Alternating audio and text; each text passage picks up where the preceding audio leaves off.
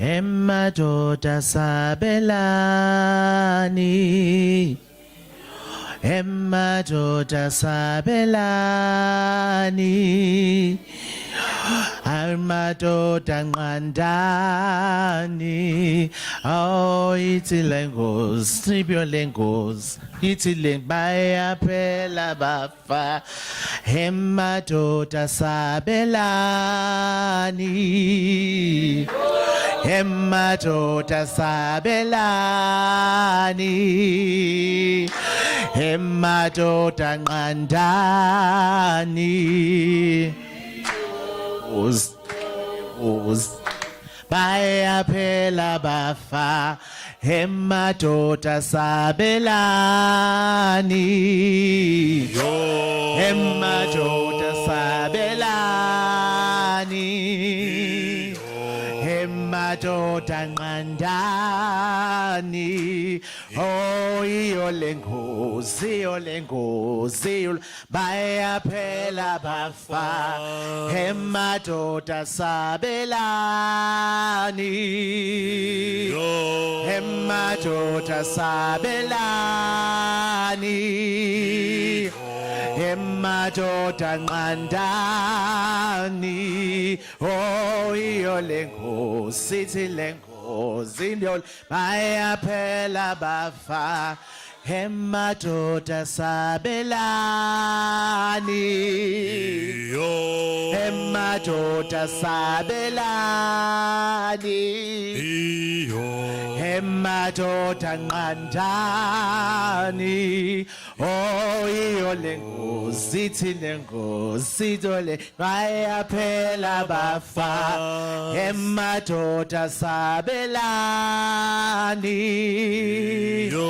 emadoda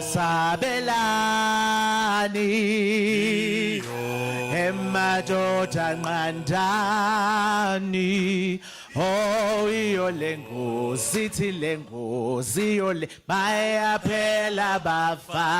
phela bafa. Emadoda sabelani, yo, emadoda sabelani, emadoda ngqandani. Oh, iyo lengozi, lengozi, iyo baya phela bafa.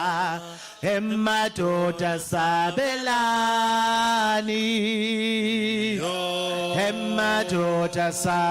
emadoda sabelani, emadoda ngqandani. Oh, iyo lengozi,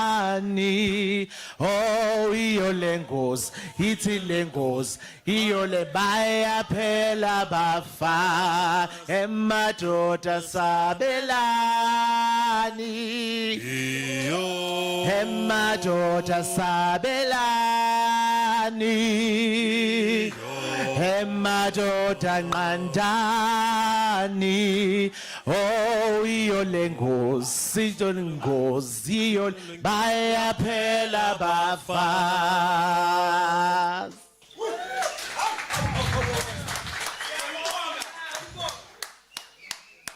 Trula kijima, nyamazan. Hoish, hoish. Trula kijima, Hoish, nyamazan. hoish, hoish. Trula kijima, Hoish, nyamazan. hoish. Hey ta, ta, ta, ta. Hey ta, ta, ta, ta. Trula kijima, Hoi, nyamazan. hoi, hoi. Trula kijima, Hoi, nyamazan. hoi, hoi. Trula kijima, Hoi, nyamazan. hoi, hoi. Hey ta, Ta, ta, ta, ta. hey ta, Ta, ta, ta, ta. hey ta, Ta, ta. ta, ta. Trula kijima, Hoi, nyamazan. hoi, hoi. Trula kijima. gijima, Hey. nyamazana. Hey, hey, Trela gijima, Hey. nyamazana. hey, hey. Hey ta, Ta, ta, ta, ta, hey ta, ta, ta. ta, ta. Trela gijima, Hey. nyamazana. Hey, hey, Trela gijima, Hey. nyamazana. hey, hey, Trela gijima, Hey. nyamazana. hey, hey, Trela gijima, Hey. nyamazana. hey, hey. Hey ta, Ta, ta, ta, ta, hey ta, ta, ta. ta, ta.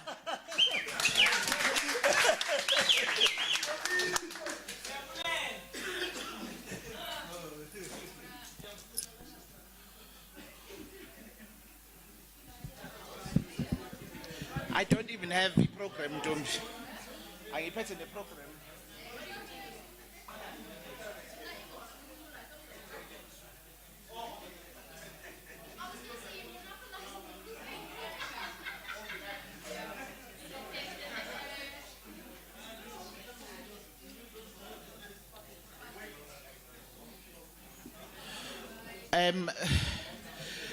So I have been pressured by Dr. Sedi to try and give a contextual understanding about the song that you arrived and we were singing. For those who may not have context, Uputsimpiwe spoke so, and he speaks a lot about this issue of patriarchy and gender within what we live in and the experience that we experience now. One of those remnants is the amount of violence and the amount of death and femicide, if we can say. We call it femicide of women in this country, of all women, of all experiences. And that song basically is just a call to the men to say, stop it. You are killing us. You are killing us. It is a lament by the women to say, you are killing us. You need to do something. You really need to do something. We cannot be dying like this. So it is just that lament that rose in my heart when we came in from tea to just say, let us all refuse to die. Let us all refuse to die. I'm not supposed to be here, but I will take the journey and take the responsibility. And that is to hand over to Erica to take us through a conversation today. Thank you, Erica.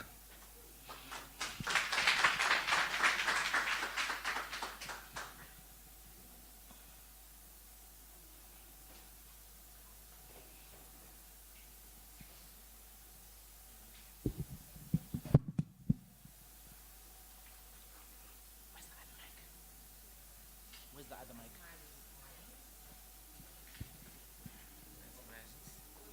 Dr. Vu? Ah, ok. Eles estão colocando. Não tá esquisito, não? Não?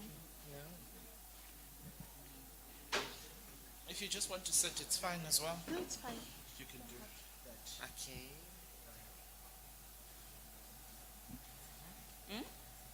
Eu vou ficar de pé. Uhum. Eu prefiro. Porque minha saia tá... Senão fica muito curta. Desse lado, entendeu? Fica desconfortável.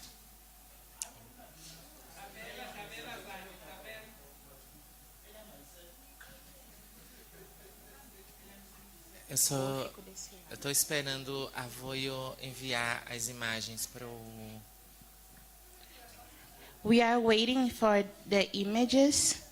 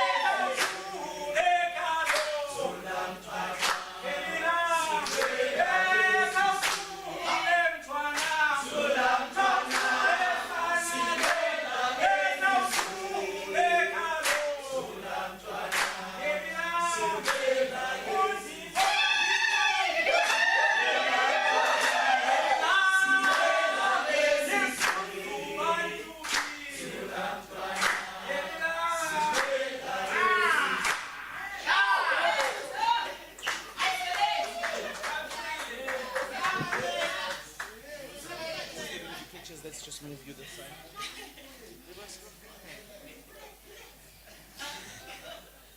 Eu vou começar essa Laroye Shu. Laroye Shu, it's a greeting of the religions of African metrics from Eshu. Que é o orixá da comunicação, There is one of the entities of communication, da abertura dos caminhos. of the opening of the ways. Toda a gira, todo o ritual do candomblé Every candomblé ritual começa com Exu. begins with Eshu. O Ocidente, o cristianismo, The Western world and the Christianity, demonificou o Exu they made Eshu as a demon, e sempre disse que ele era o diabo, always saying it was the devil, associando a religião negra e as pessoas negras ao diabo. associating black people and black religions with devil. Só que no candomblé não existe diabo. But in candomblé, there's no devil. Exu abre os caminhos. Eshu opened the ways. Laroye. Laroye.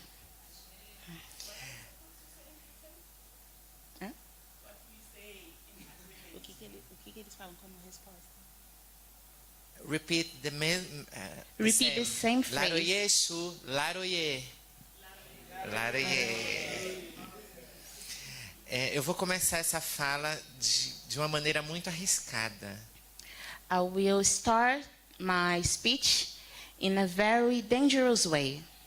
Eu vou começar por onde nós começamos, por Áfricas. I will start where we begin, with Africa. Eu vou falar um pouco sobre as máscaras africanas, mas eu vou usar as máscaras para a gente entender outros processos, entender a máscara como uma metáfora de uma história acontecida. I will talk a little bit about the African masks, but I will talk about it so you can understand another process. I will talk in any specific matter. A gente já tem a imagem? Do we have the images? As máscaras, elas contam histórias. Masks usually tell stories. Eu escolhi as máscaras dentre o vasto material, né, a vasta cultura material africana. And I choose them between a lot of different cultural instruments from Africa Porque as máscaras, elas são muito populares. because they are very popular. Inclusive, atravessada por muitos estereótipos. And they are also crossed by a lot of stereotypes. Isso faz parte da minha pesquisa de mestrado em Estética e História da Arte. It's part of my master's research in aesthetic and history of art. Mas eu não estava falando necessariamente de arte. But I wasn't talking specifically about art when I did my master's. Eu estava falando da história do nosso povo. I was talking about our people history. The mask, please.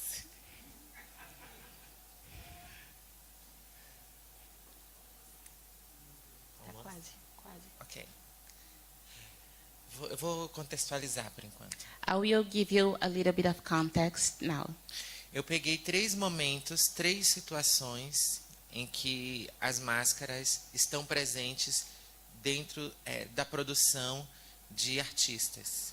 I took 3 different situations where marks are present in the artistic production. E elas vão contextualizando uma história à medida que vão falando sobre o ser que produz a máscara, mas também sobre a sociedade a qual ela está inserida. And they have a context of history when they are talking not only about the ones who did it, but also about the society where it was made. É importante a gente entender que estética não é o que é apenas visível. A estética é forma, mas também conteúdo. It is important to understand that aesthetic is not always and only what is visible, but it's also about what is within. E como eu falei ontem, a estética ela está muito próxima de uma outra palavra, que é a ética. And as I say yesterday, aesthetic, it's very close to another word that is ethics. Ética que constrói as leis, a moral e todo o conjunto de relações que rege a sociedade. Ethics build the law, the moral, and every amount of ideas and rules that we take from society. E não esqueçamos que foi pelo tecido discursivo da estética, ou seja, pela nossa imagem, pela pele preta e o que carregávamos dentro de nós, que o processo de violação dos nossos corpos aconteceu. And let's not forget that it was through our images that the process of violation started, through our black figures. É uma luta estética, It is a static fight and struggle. da imagem, da forma e do conteúdo. From the image, from the form, and from what is within. Afinal, como se identifica uma pessoa negra? Because how can we identify a black person Se não vendo que ela é negra? if not seeing that they are black? The mask?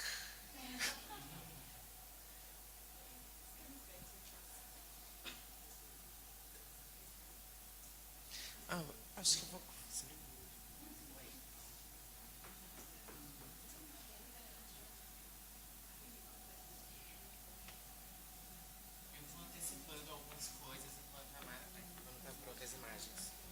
So I will begin my speech while they are fixing the images. Estética é entre... Oh, não precisa. You can listen to her.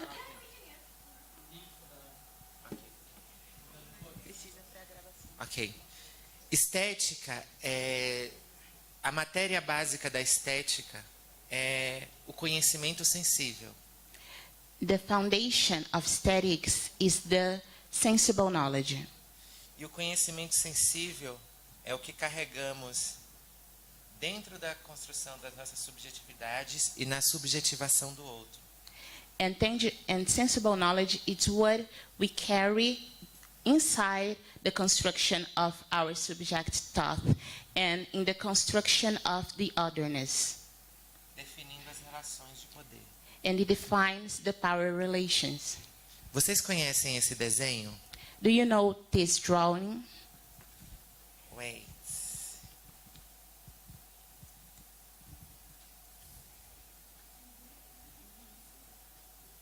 Vocês conhecem esse desenho? Do you know this drawing? Falta alguma coisa a mais nesse desenho?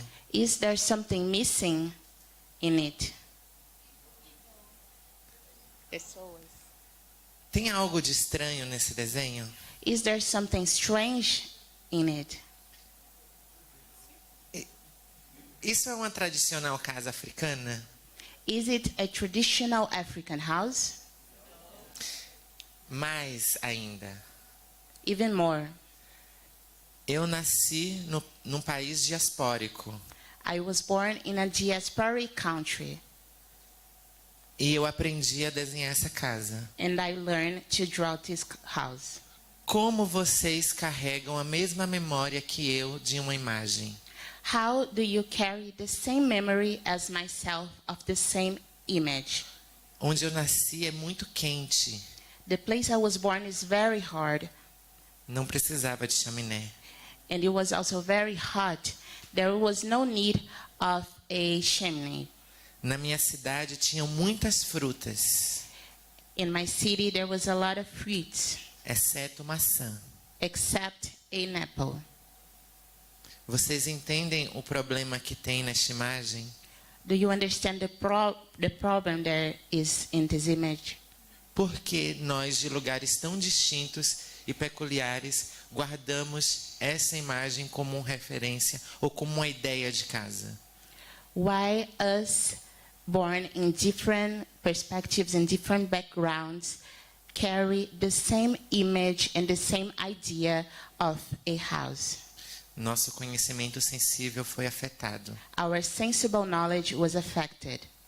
E imaginem que num lugar extremamente precioso, And you can imagine that it was in a very precious place, que é a casa, that is the house, the home, o lugar de voltar e onde nos protege. the place we come back to and the place that protects us. Esse é o papel devastador que as imagens, o conhecimento sensível e a estética pode fazer na construção de nossas subjetividades e identidades. This is devastating place that the image, the aesthetic may construct in the building of our images and our identities. Yes. It's not the first image, please.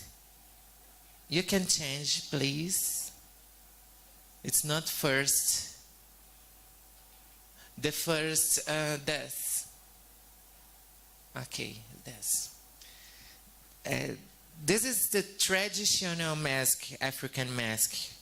É o que as pessoas popularmente conhecem como máscaras africanas. This is what people usually know as an African mask. Eu peguei propositalmente essas que estão fora dos processos originais. I intentionally choose those masks that are outside of the original processes. Deve estar em algum mercado ou feira de qualquer lugar do mundo. They may be in any fair, street fair or market of any place of the world. E deve falar de inúmeras civilizações, de civilizações muito diferentes. And it may speak about a lot of different civilizations. Mas porque elas estão assim, todas amontoadas e de forma descontextualizada dos seus processos fundantes. But why are them in this way, completely out of context of the original process? Eu olho para isso e penso no tráfico negreiro, nos nossos corpos sendo trazidos de forma indiscriminada para qualquer lugar do mundo e vendidas nos mercados. I look at it and I think about slavery and people traffic, with our people being put together in completely out of context. Nós nos tornamos produtos. We became products. E nossa produção material também. And also our material production. É importante saber que essas máscaras estão contando uma história. It is important to say that these masks are telling a history. Existem as máscaras muito anteriores a essas que não são produzidas para esta finalidade. There is mask that was produced before this one, and they were not made to be sold. Então temos duas histórias acontecendo. So we have two different stories happening.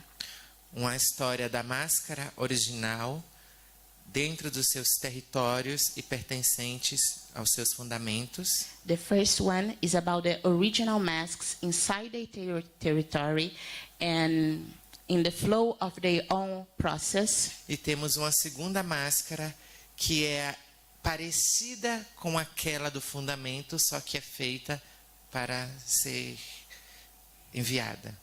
And we have a second mask that is very close to the one that came traditionally, but they were made to be sold. Okay. Change the image, please. I can see. Oh.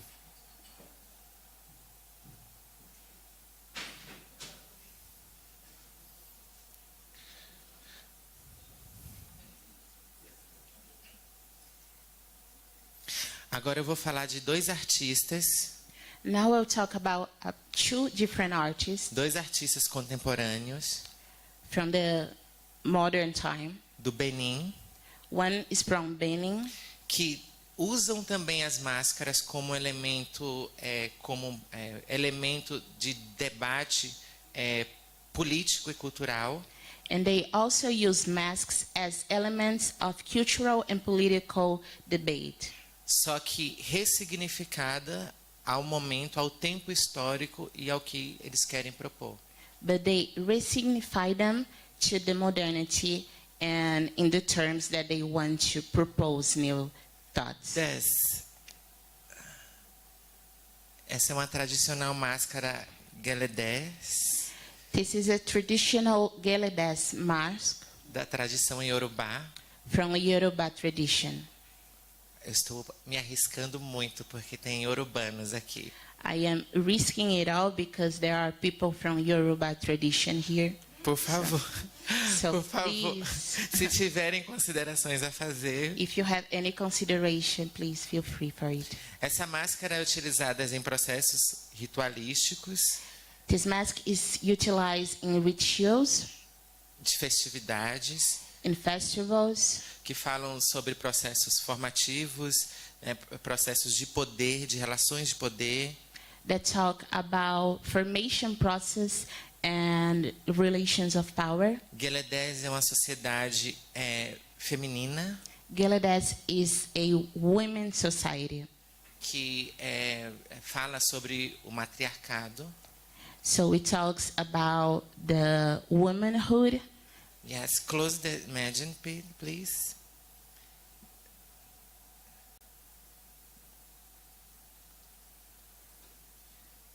Oh, here. Isso também é uma máscara geledés. This is also a Geledes mask. O artista Kifoli do Sul The artist Kifoli do Sul integra, traz para si a imagem de suas máscaras tradicionais he's bringing the traditional mask images e insere elementos de uma nova sociedade, combined with a new society elements, elementos mostrando que a máscara permanece como elemento estético importante, elements that shows how the mask is still a very important part of it, mas que ela está constantemente em diálogo com os processos, os movimentos daquela sociedade. but they are constantly in dialogue with the different society moves and different society development. Close, please.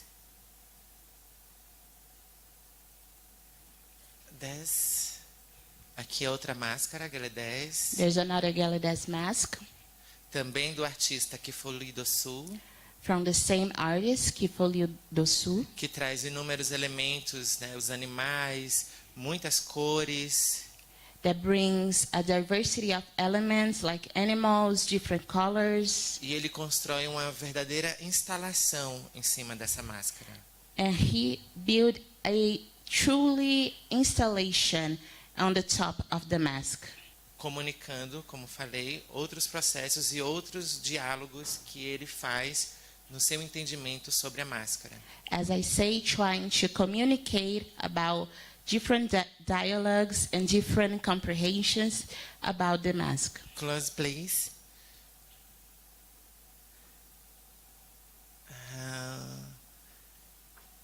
He's Kifoli do Sul. Ele tem rosto, sim. He has a face, of course. Lindo Here is garoto. he. He's a beautiful person. Close, please.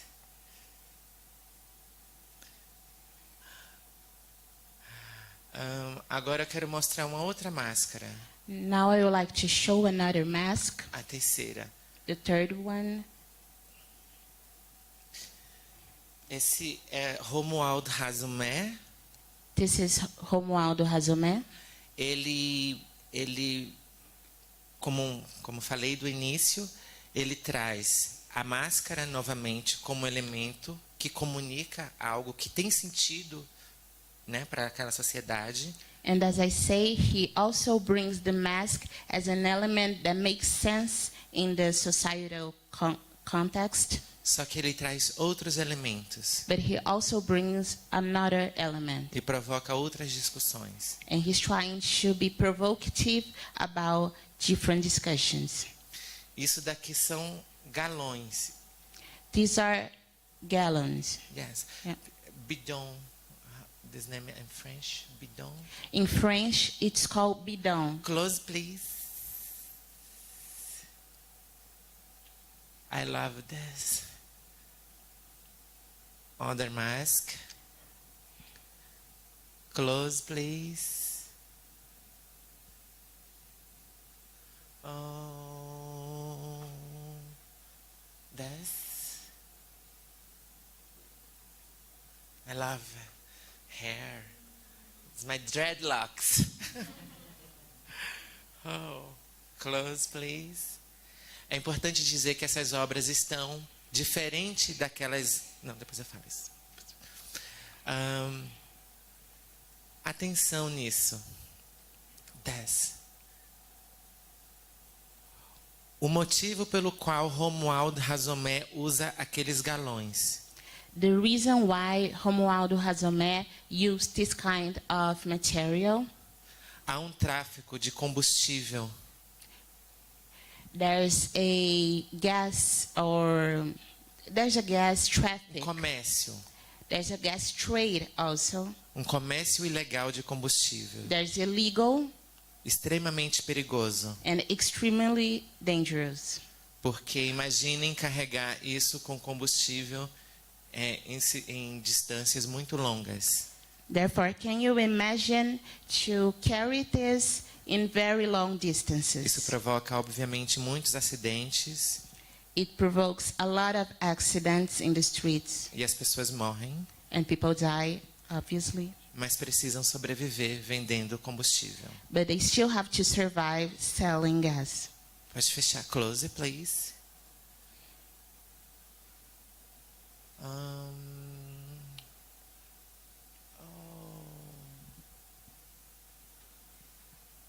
This. Quem é esse aqui? Ah, não. This. Este é Romualdo Razomé. This is Romualdo Razomé. It's okay. Close. Pode fechar. Close, please. You can close, please.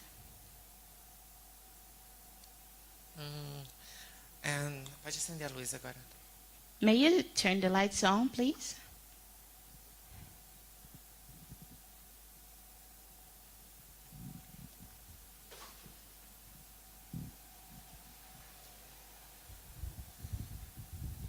Ok? O que é importante, que reflexões a gente pode fazer com a presença dessas máscaras em diversos momentos? What kind of reflections may we have with the presence of those masks in different times? Tem uma história acontecida por trás das máscaras. There's a history behind those masks. Corpos africanos estão produzindo e estão atrás dessas máscaras. African bodies are producing and are behind those masks. E ela está sendo problematizada por quem tem a máscara como material, né, de produção artística. And they are being questioned and problematized by the ones who have masks as their artistic material. Isso, para mim, é uma síntese de muitos elementos da história da população negra. This is a resume of a lot of elements of Brazilian history. Isso é a diáspora. This is diaspora. Esse é o processo, por exemplo, pelo qual pessoas negras tiradas de África, ao chegar nos seus países, nos países da diáspora, conseguiram refazer suas histórias e constituir uma nova cultura africana, uma outra cultura africana. For instance, this is the process that made African people who were made slaves and get out of Africa to arrive in the Americas and produce a different history, a different African history, Uma diferente cultura africana, and a different cultura africana, African culture fundada pela África. that was made from Africa. Logo mais cedo eu falei com o nosso professor daqui do museu. Earlier, I was talking with our museum educator, Como a resistência dos povos negros na diáspora aconteceram sobretudo no Brasil. how black people in the diaspora resistance happened specifically in Brazil. E eu quero chamar a atenção para esses elementos, And I want to highlight those elements porque nós temos muitas questões em relação ao que vamos fazer e as estratégias que vamos adotar neste processo de luta. we have a lot of issues about what are we going to do and what kind of strategy are we going to use in the struggle E process. estamos discutindo descolonização, We are discussing the decolonizing, questionando toda a imposição política e cultural do Ocidente. and questioning the political and cultural impositions of the Western world. E isso perpassa por entender quais foram os caminhos para a nossa resistência. And it begins with understanding what kinds of ways did we have to resist. A arte pode responder isso, And art may respond this question porque o conhecimento sensível está lá. because sensible knowledge is there. Mas não entendam a arte como um objeto estático dentro de um museu. But don't understand art as a static object inside the museum, Mas como produzimos materialidade. but how we produce the material foundations. É por meio da materialidade que observamos nossa história nesse museu. It is through materiality that we observe our history in this museum. É por meio da música que a gente consegue caminhar para um outro estado de espírito e para uma outra sintonia. It's through music that we can walk in the direction of another spirit state and another harmonic symphony, Da dança, idem. and also with dance. Então, voltando à experiência, a minha experiência brasileira, So now we can come back to our Brazilian experience. levando em consideração que somos o maior território negro fora da África, Considering that we are the largest territory, black territory outside of Africa, e que nós, apesar de toda a opressão, and even though we had a lot of oppression, all of the oppression, nós fundamos a cultura brasileira. we founded the Brazilian culture. Vocês, africanos, fundaram a cultura brasileira. And you, African people, founded the Brazilian culture. Nós, africanas, fundamos a cultura brasileira. Us, African people, we founded the Brazilian culture. Lembrando que o Brasil é um país de dimensões continentais. And let's remember that the dimensions of the Brazilian territory are continental ones. E dentre muitas possibilidades de registrar essa permanência e a fundação dessa cultura, And through a lot of possibilities to register the permanence of this culture, eu quero citar o candomblé. I would like to quote Candomblé. Candomblé é uma religião de matriz africana. Candomblé is a African matrix religion. É a síntese de muitos povos escravizados, diferentes povos escravizados. Nós se sintetizamos, houve uma sintetização por conta das condições, né, da escravidão. It's the synthesis of a lot of people who were slaves and African people who were slaves. So we had to join in the conditions of slavery Porque vinham pretos de todos os lugares, because there was black people from all over the continent com diferentes deuses, with different god and goddess, e foram colocados todos juntos como aquelas máscaras no mercado. and they were put all together as those masks in the market. Só que nós não ficamos quietas recebendo apenas a opressão. But we weren't just silenced receiving the oppression. Criamos uma comunicação, We created a communication. criamos uma estratégia, We created a strategy, uma tecnologia, a technology. criamos uma organização política We created a political organization e intelectual, and also intellectual, sem estar na academia, outside of the academic world, sem estar num partido político. outside of the political world. Ou seja, nós fazemos política e construímos intelectualidade além das instituições correspondentes. That means we make politics and we construct intellectuality outside of the institutional borders. No candomblé, nós temos como princípio We have as a principle in Candomblé rituais de celebração de muitos e muitas deusas, celebration rituals of many god and goddess. que se chamam orixás. They are called orishas. Cada um deles simboliza um elemento importante, Each one of them symbolizes an important element, obviamente, da natureza. obviously from the nature. E nesses processos ritualísticos,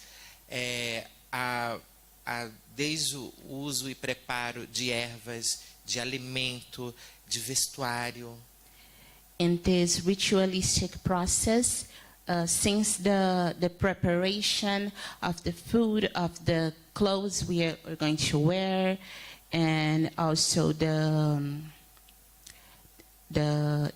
roupas, alimentação, alimentation. foi? Yes. De processos medicinais de cura. Medical processes of healing. Essa religião está espalhada em todo o Brasil. This religion is spread all over Brazil. Mas isso não foi suficiente para nós. But it wasn't enough for us. Criamos mais, We created more porque nós criamos soluções constantemente. because we are constantly creating solutions. E eu quero que a gente nunca esqueça disso. Nós temos ideias, nós temos soluções. And I don't want us to forget about it. We have ideas and we have solutions Para todas as adversidades. for all kinds of adversities. Embora eu não queira que este seja nosso parâmetro. Even though I don't want us to compare on those bases. Nós criamos mais. And we created more. Criamos a Umbanda. We created Umbanda.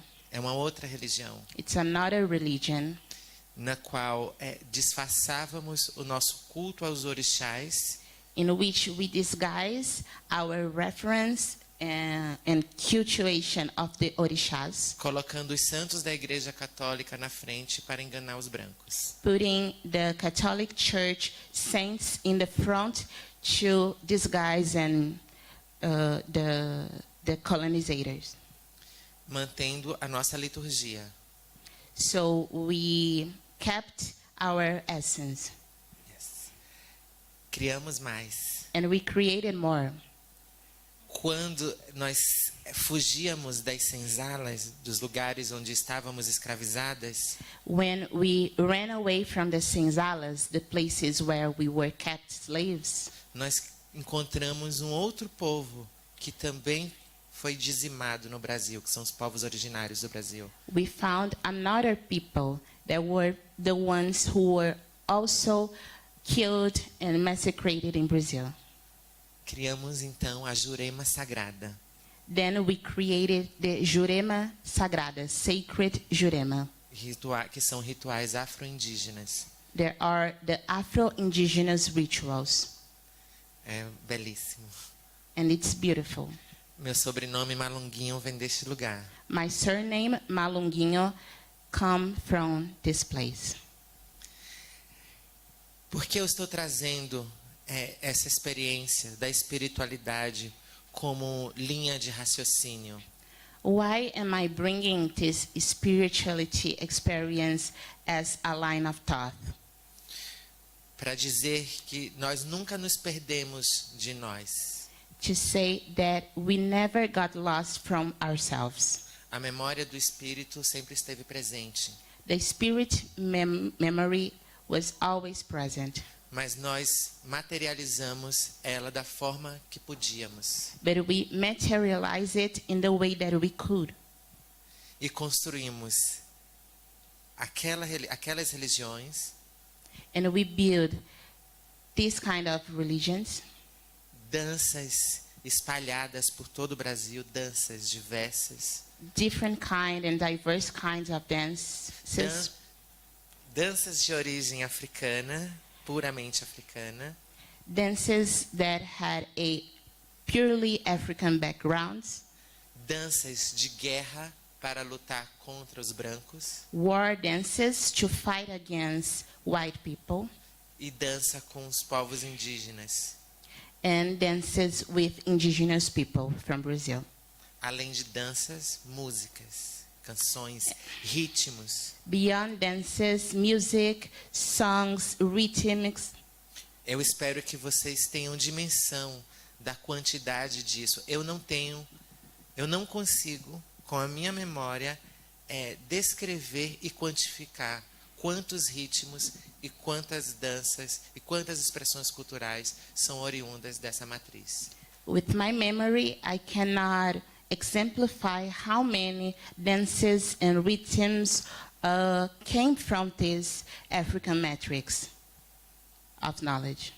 Estou fazendo um convite para que a gente se alie efetivamente num processo de descolonização. So I'm calling you, this is a invitation so we can align in this process of decolonization. E isso perpassa por descolonizar a mente e o corpo. And this passes through decolonizing our minds and also our bodies. Entendendo o corpo como um elemento importante nesse processo de disputa. And also understanding our bodies as a very important element in these dispute processes. A dança como elemento importante nesse elemento de disputa. And dance is also an important element in this dispute. Preciso lembrar mais uma coisa, Kate.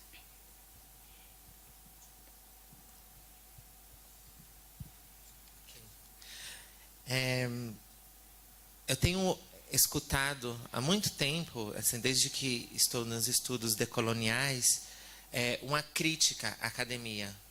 Since I am in the decolonial studies, I've been hearing a critique about the academic world. Eu também faço essa crítica. And I also make and ensure these critics. Mas assim como nós passamos por todo esse processo e ressignificamos essas histórias, But the same way that us went through all of those processes and re-signify, made a different sense of those histories, eu acredito que possamos fazer isso aqui também. I believe that we can also do it here, Legitimando conhecimentos que não têm títulos. we can make non-title knowledges legit, Mas que efetivamente dá sentido, inclusive, a nossos estudos. but they are effectively making our studies make sense. Como a dança tem entrado nas nossas vidas, eu pergunto. How dance enters our lives. Como a música ask tem you. entrado nas nossas vidas. How is music in our lives? Isso não é só entretenimento. This is not only A cultura não é apenas entretenimento. Culture is also not only it. É conhecimento. It is a knowledge. E eu acredito veementemente And I truly believe que é por meio deste conhecimento sensível, da estética, da arte, que está nessas expressões, né, culturais, that through sensible knowledge from the aesthetic, from arts, that are present in these cultural expressions, que vamos conseguir comunicar uma luta tão racional, that we can communicate a very rational fight and struggle, e tão doída. and a very hurtful one as well. Vem, irmã, a gente pode lutar dançando, ter consciência das nossas vidas dançando.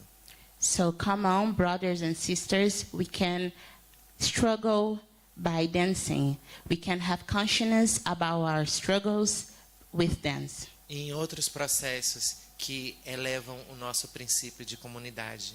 and with another process that elevates our principle of community. Porque seu gênero vai fluir quando você estiver em movimento. Because our gender and your gender will flow when you are in movement. As hierarquias também vão se diluir. The hierarchies are also going to dissolve when we do it. E a gente vai adentrar o princípio básico de toda a gira. And we are going to enter the basic principle of this whole movement. Gira é como se chama a liturgia, o ritual, a festa do candomblé. Gira is how we call the ritual, the festival of candomblé. Embora hajam papéis diferentes, Even though there are different roles, ninguém é mais do que ninguém. no one is more than another person. Nós nos complementamos. We complement ourselves. E para terminar agora, And to end it, eu retomo o princípio da alternância de poder. I will talk about a principle, the principle of power changing, power exchange. Nós precisamos mudar este mundo. We need to change this world. É por nós, pessoas pretas que foram escravizadas e que têm histórias muito difíceis, For ourselves, black people who were enslaved and have very difficult histories, mas é para a emancipação coletiva. but this is for the collective emancipation. É sobre nós, mas para a emancipação coletiva. It is about us, but it's for the collective emancipation. Vocês lembram quando eu falei ontem sobre aquela hierarquia da tragédia, da desgraça? Do you remember when yesterday I talked about the hierarchy of tragedy and disgrace? White man, white woman, black man, black woman, and mulher trans, negra, And a black transgender woman pobre, com deficiência. in poverty and with disabilities. Imaginem se esta pessoa que está aqui se desloca. Imagine if the person who is in the end of this hierarchy moves. Nós somos a base dessa pirâmide, We are the foundation of this pyramid porque estamos segurando ela, estamos embaixo e literalmente segurando ela, because we are literally holding it porque a força de trabalho é nossa, because the workforce is ours. a mão de obra é nossa. Who is doing the work is our people. O dinheiro que está no mundo foi construído a partir da escravidão. The money that circulates in the world was made by the slavery A process. gente viu tudo literalmente se moldar, se construir sobre nossas cabeças. We literally saw everything be built upside our hairs. Só que nós não somos loucas. And we are not crazy. A gente viu eles, mas a gente também se viu.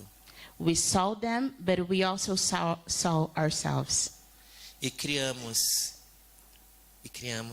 And we created, desenvolvemos we developed uma extrema capacidade, a very powerful capability, uma extrema habilidade a very powerful ability, e, acima de tudo, sensibilidade and beyond that, sensibility para desconstruir todas essas violências. to deconstruct all of those violence. Se a gente se move, If we are moving, a pirâmide cai e o mundo inteiro se move junto. the pyramids falls apart and the whole world will move together. A alternância de poder. This is the exchange of power. Assim como eu comecei a gira com Exu, As I start the gira with Eshu, quando termina a gira, se sauda Oxalá. when we finish the gira, we greet Oshala. Epa babá!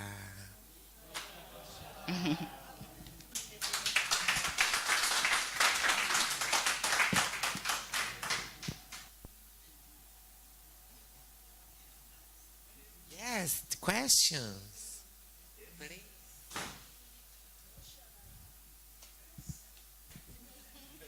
Any questions? I've got a comment, but I will try and decenter myself. I guess if you sit so as you're wrong. Thank you very much. I don't really have a question, but I just wanted to highlight something, specifically because yesterday when I got here, they were, excuse. Specifically because yesterday when I got here, they were like, yo, waiting here, there are a lot of communication, people from communication sciences. And this is what I just wanted to point out to say, as soon as you showed us those images, the first thing I thought of was witchcraft. Because I grew up watching Nigerian movies, and whenever you see that in the forest, you know it's about to go down. You know there's witchcraft involved. So I feel like this is one of the things that we need to look at, the representation of African culture in media.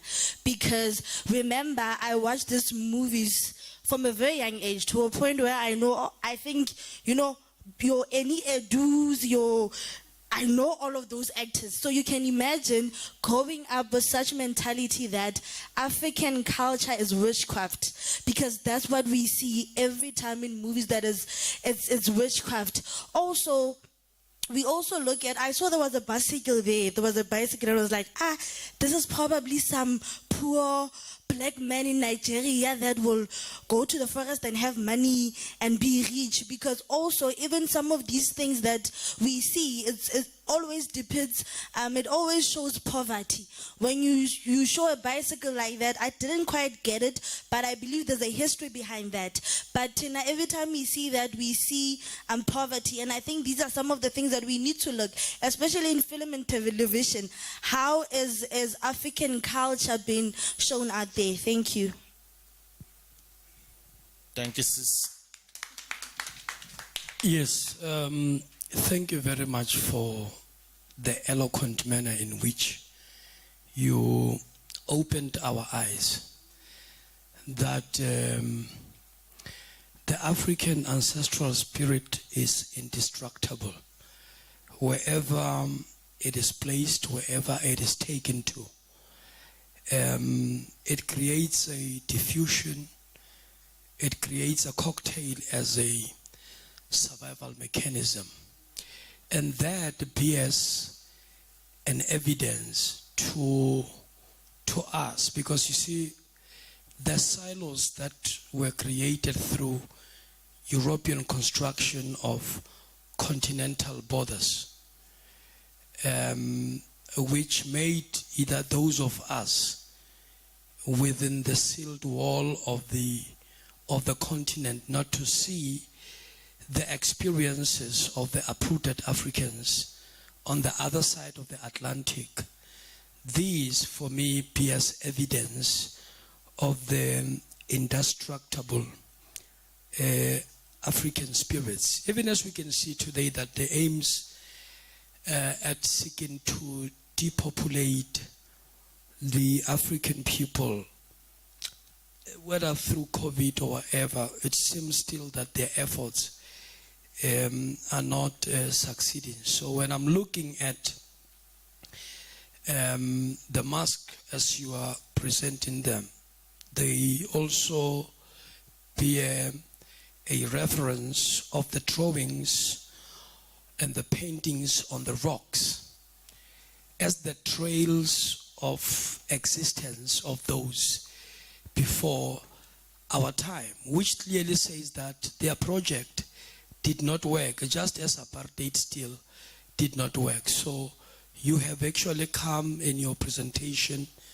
to clearly bear witness of the indestructible African spirit. But the funny thing that I have even seen, even through the project of Christianizing the people and demonizing their cultures, as you walk around, you find the way African people creatively emerge through another form of reconnecting ancestrally from what they are seeking to create. They find a way somehow of rerouting themselves. So I'm just appreciating the eloquent manner with visuals that you have used, that indeed shows the undying connections that even artificial borders by the Atlantic waters could not actually succeed in separating Africans. Thank you. So I'm going to allow my voice to be heard, and I think I might be just repeating. And I saw this meme before about speaking at a seminar. So you ask yourself, is this really important? Are you trying to sound smart, or you actually have something to say? But I am So in essence, you know what Brother Lihasa has said. Ngifuna ukuyibiza ngegama lesintu. You spoke so eloquently ngesilungu about the ancestral spirit. When we came in here earlier, we sang. And I'm grateful for your generous contribution and your generous offering, Erica. And when we sang, we allowed Umoya to take space. And through the artworks that you have shown us, and through the conversation around how art, in not the sense of this voyeuristic caricature of show that we understand art may be, and we'll talk about that, Bongs. The Umoya allows us, and if we allow Umoya to take space, we can be able to use the direction given to be able to define the ways that we need to move to. Whether it be through dance, whether it be through music, whether it be through physical performance, but if we allow Umoya and being given the space, gives us the opportunity to re-see, or not to reimagine, but to see ourselves in our entirety. So it is just a gratitude for your contribution, but also, as you have, provoked and made a call, is for us to connect nalawa moya loyana. Khona sizokwazi ukuthi sizizwe ukuthi sobani, and mase sizizwa ukuthi sobani, sizokwazi ukunyathela ngendleleni efanele sinyathele. Thank you. That when we hear that spirit and when we know it, we will know the way we are supposed to go. So Umoya is a spirit. Thank you. Umoya. Okay, I just want to say maybe first that I did not know that you are studying your master's in art history. Or you studied? Okay. That's the background in art history. Okay, here at Unisa we have the Department of Arts and Music. Yes, okay. I'm saying here at Unisa, I'm saying here because we're around Unisa, we have a Department of Arts and Music. And myself, I'm part of that department. I am a lecturer in art history. So in that department, we have a course that deals with African masks.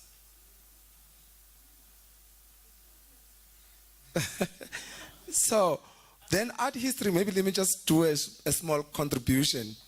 Art history has been quite a provocative subject matter, especially in a post-colonial South African university, because it was taken for granted colonially that it is just art history.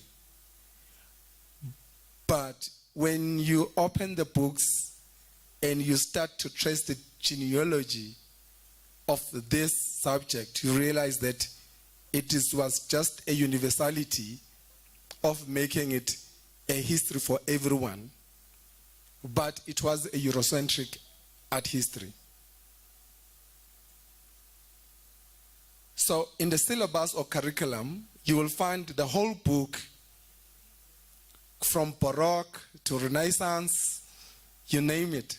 Then you'll find the last chapter, which is like few pages that will be dealing with African masks, and maybe one page that will be dealing with the rock art that Dr. Moloi has spoken about. Nothing about the art produced and the history of the art produced by African people, Bantu people, as progressive from time immemorial till now. So it was literally a Eurocentric art history, the history of art in Europe, not art history as a universal concept. That's the first point. The second point is, in this quest then of let me say, in the tracing of the genealogy of the history of art, the subject of African masks has always been there. Not as artworks only, but also as part of our spirituality, our rituals, our rites of passages, and all of that. But it was mostly looted and taken to Europe to be displayed in European museums during the times of dispossessions and colonialism. So one of the greatest works that we need to do is to get those works back here, to repatriate those works back into Africa. There has been arguments that when these works, these masks, left the continent, the place of origin, they left their souls here. There is a book, a recent book that is written called Black Souls, White Men's Artifacts.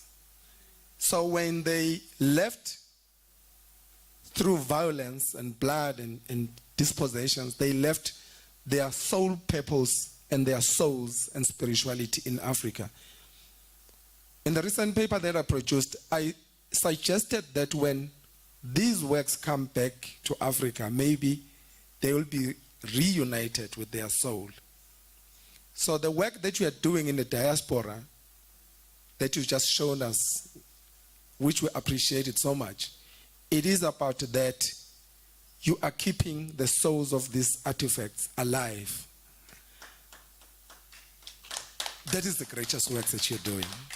So thank you for that. And we need to continue engaging with this subject-object dialectics. Right now, they are just objects. But maybe the subjects that are engaging with these works will bring about self-identification and recognition when they come back. Thank you.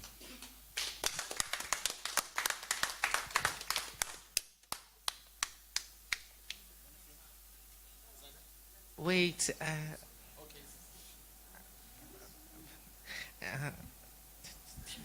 Vou falar assim.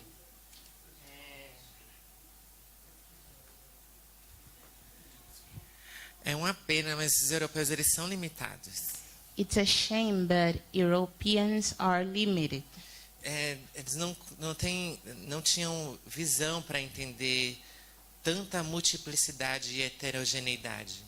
They didn't have a vision to understand the huge diversity and diversity of ourselves. E isso não é uma opinião minha, porque eu sou uma black woman radical. And this is not a opinion, a individual opinion, because I am a radical black woman. Inclusive, eu não tenho nenhum problema com este nome, porque radical significa raiz. And I have no problem with this concept, because radical means wood, means roots.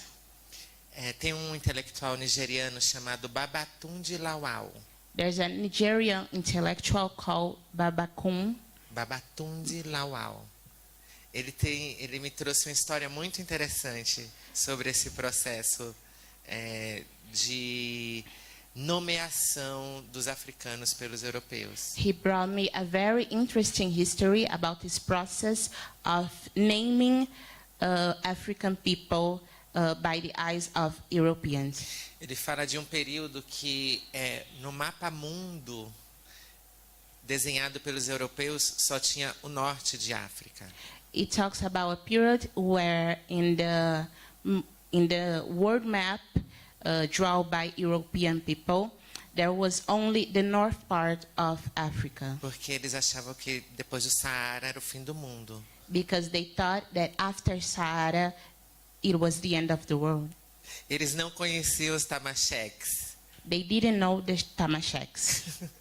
Eles não conheciam os povos nômades que circulam no deserto.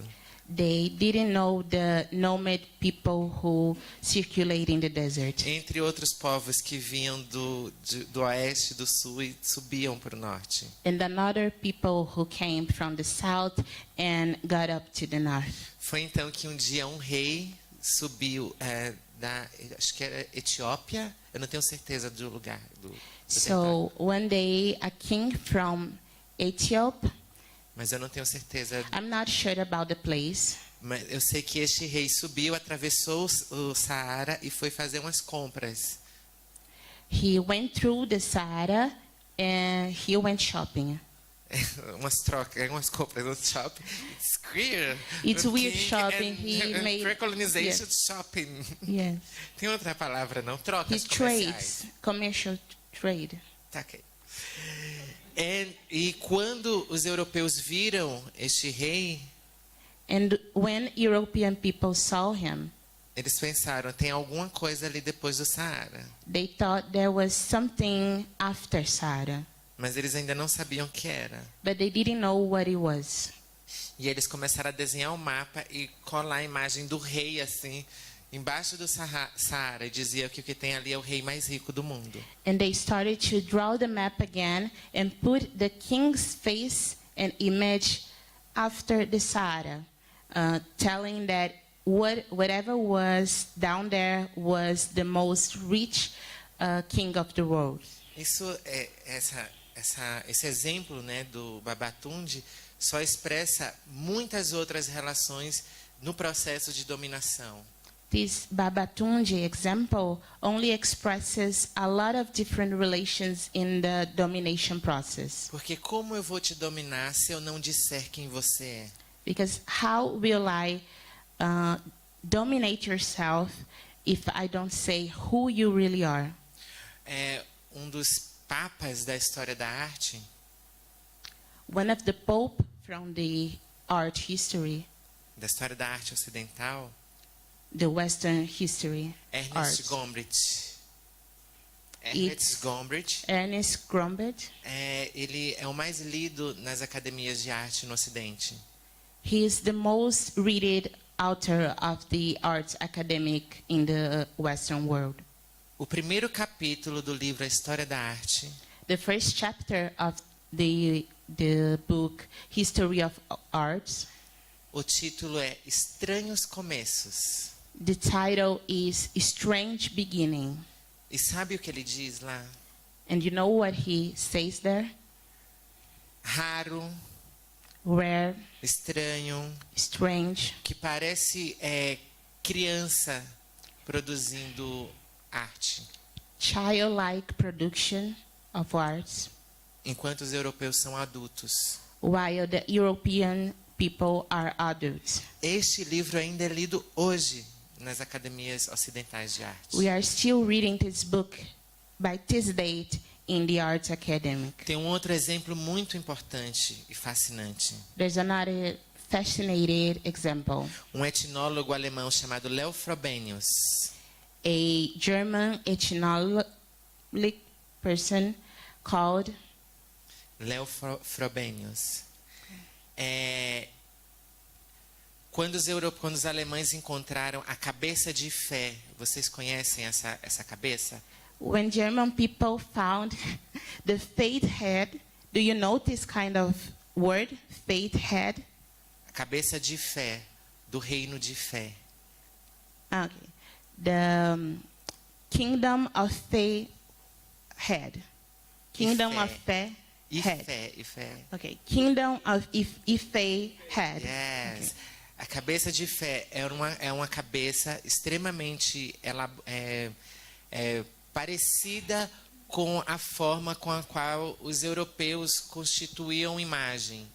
It's a head very accurate, and you can confuse it by the way that European people constitute images. Porque o que se tinha encontrado até então da produção material africana não havia uma relação imediata deste corpo físico com a imagem a ser feita. Because by that time there was no a direct relation between the body and the image related with it. Porque nós nos expressamos de outra forma, Because we have another kind of expressions da nossa forma. in our own way. E, por exemplo, um nariz, uma orelha grande, um pênis explícito diz respeito a como a gente compreende e quer informar sobre essa imagem. As an example, a big nose or a big head or even a explicit genital area, it talks about the way we want to express this image. It's different of the European form, but the head of the Ife, it's same of the one people, okay? But the head of the Ife have many other things: scarification, making bronze, material bronze.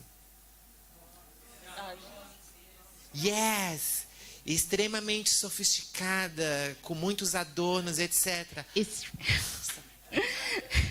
very sophisticated with a lot of jewelry. Então, como os europeus, este etnólogo respondeu que os africanos conseguiram fazer isso?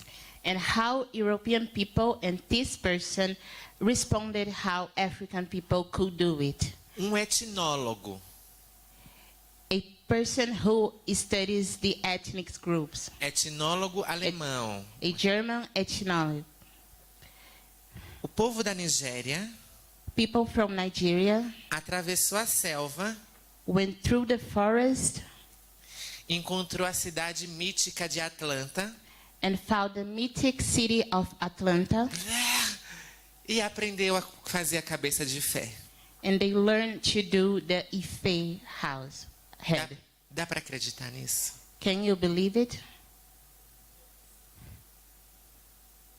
Dá para acreditar nisso? Can you believe One it? intellectual European disse que uma cidade mítica levantou do oceano e ensinou os nigerianos a constituírem aquela cabeça. They say that a mythological city was raised, and the German people taught the Nigerian people how to do the Ife head. Um mito europeu. This is a European myth. Understand? So, então, relatos como esse na história da arte são muito importantes e relevantes. So stories like that in the art history, it's very important and distinguished. Porque não é sobre arte, It's not about é arts. sobre cultura material. It's about material culture. Quando a Europa invade a África e as Américas, When Europe invades Africa and the Americas, não é apenas com força bélica, it's not only with weapons, é com arte também. it's also with art.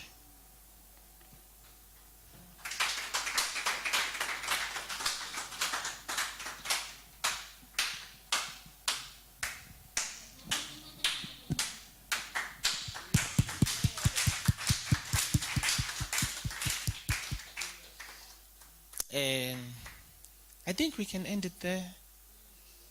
We can end it there. Siyabonga. Thank you. Senze njani manje? Anil.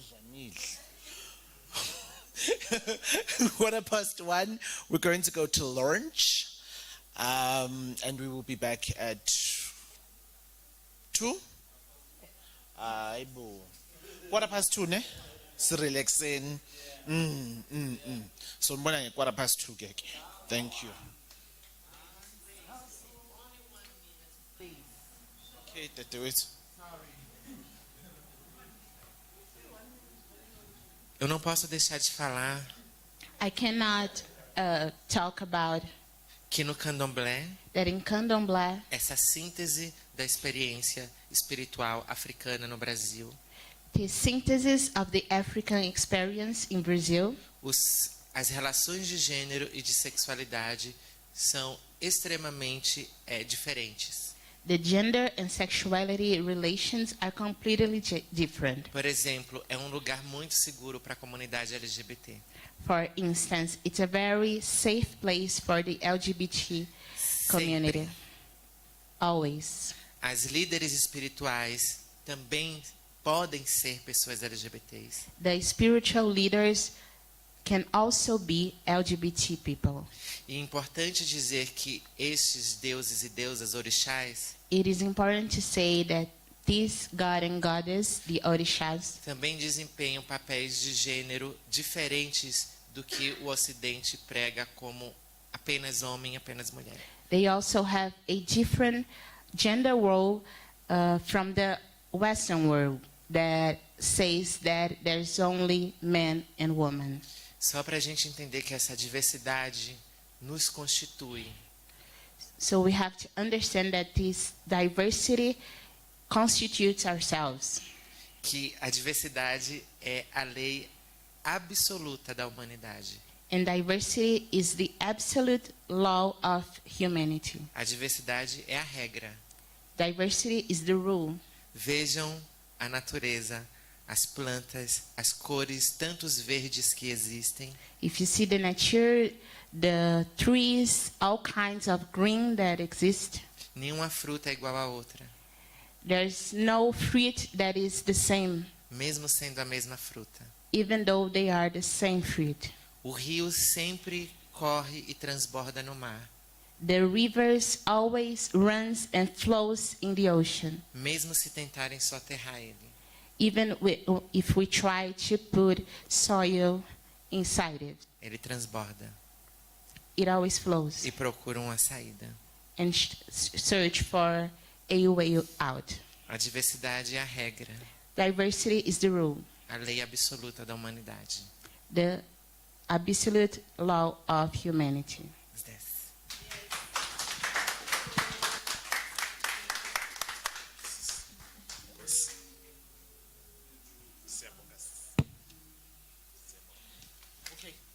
Sesingahamba.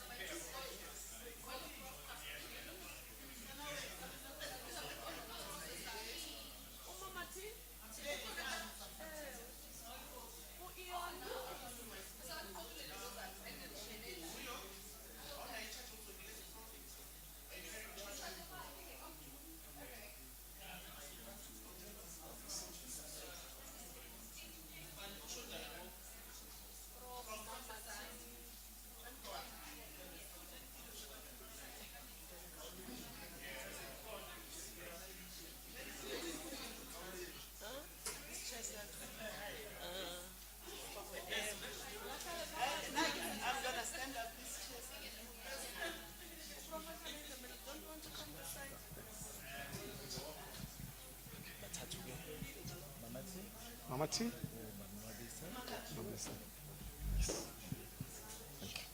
Thank you. So I'm just ngizongivulela nje. Oh, it's not me, it's okay. Yeah, thank you.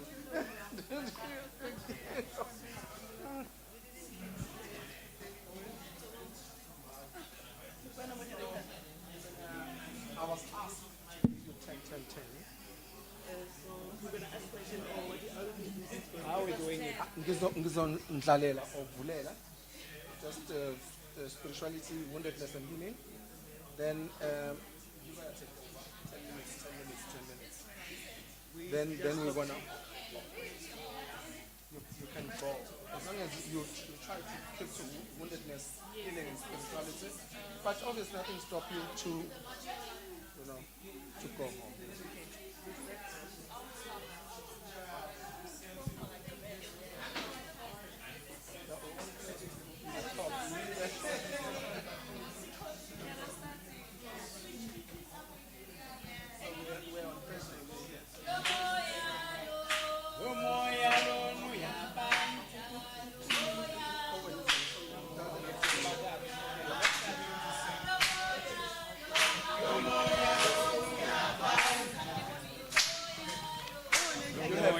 You hold the. You wanna hold it?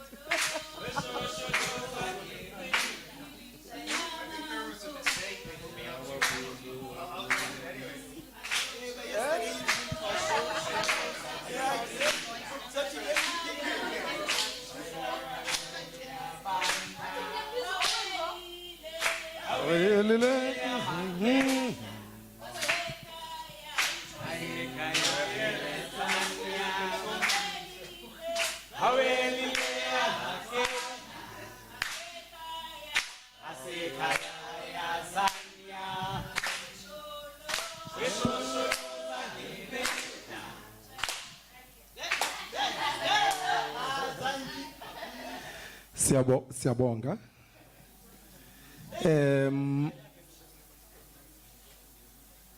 Sanbonani.